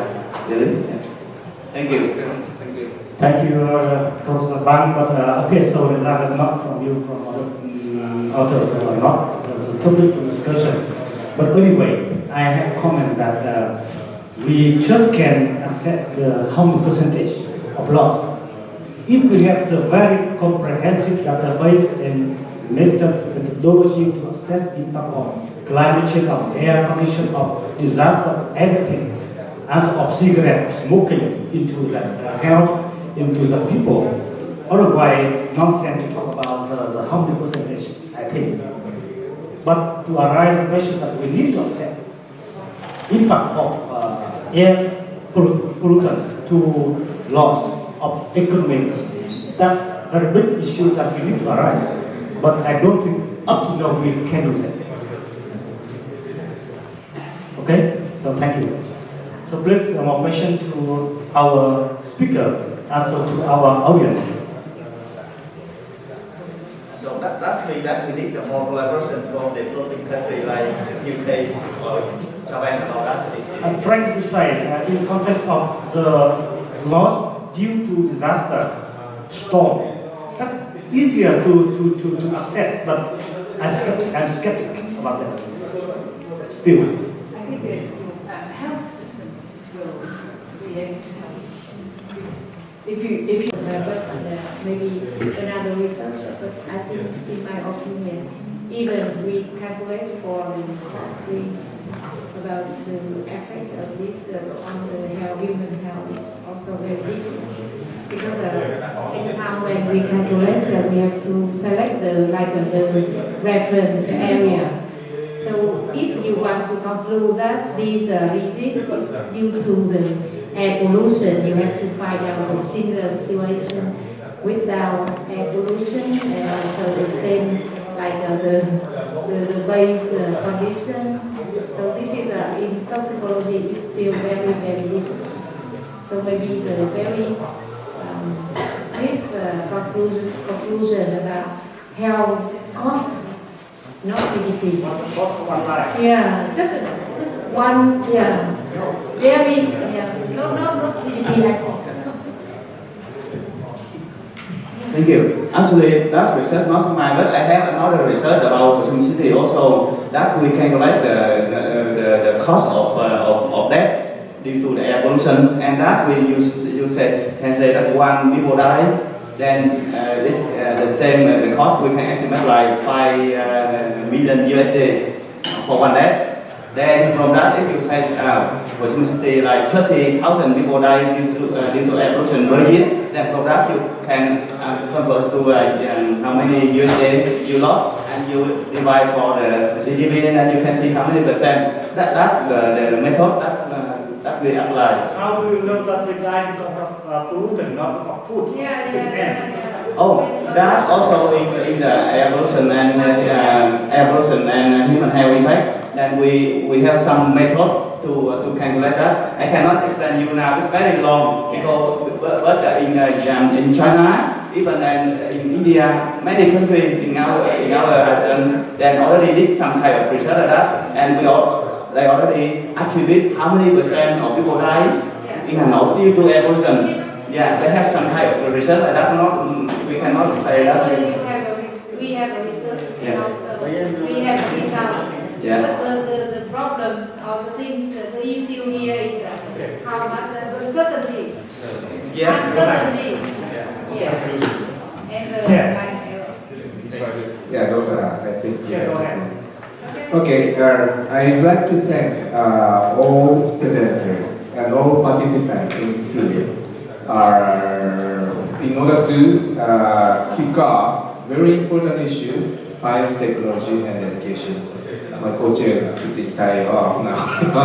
So we will have for the summarize co-chairs will summarize the results of this session, and he will make a report in the plenary session in the afternoon. Thank you very much, and see you in the afternoon. Thank you.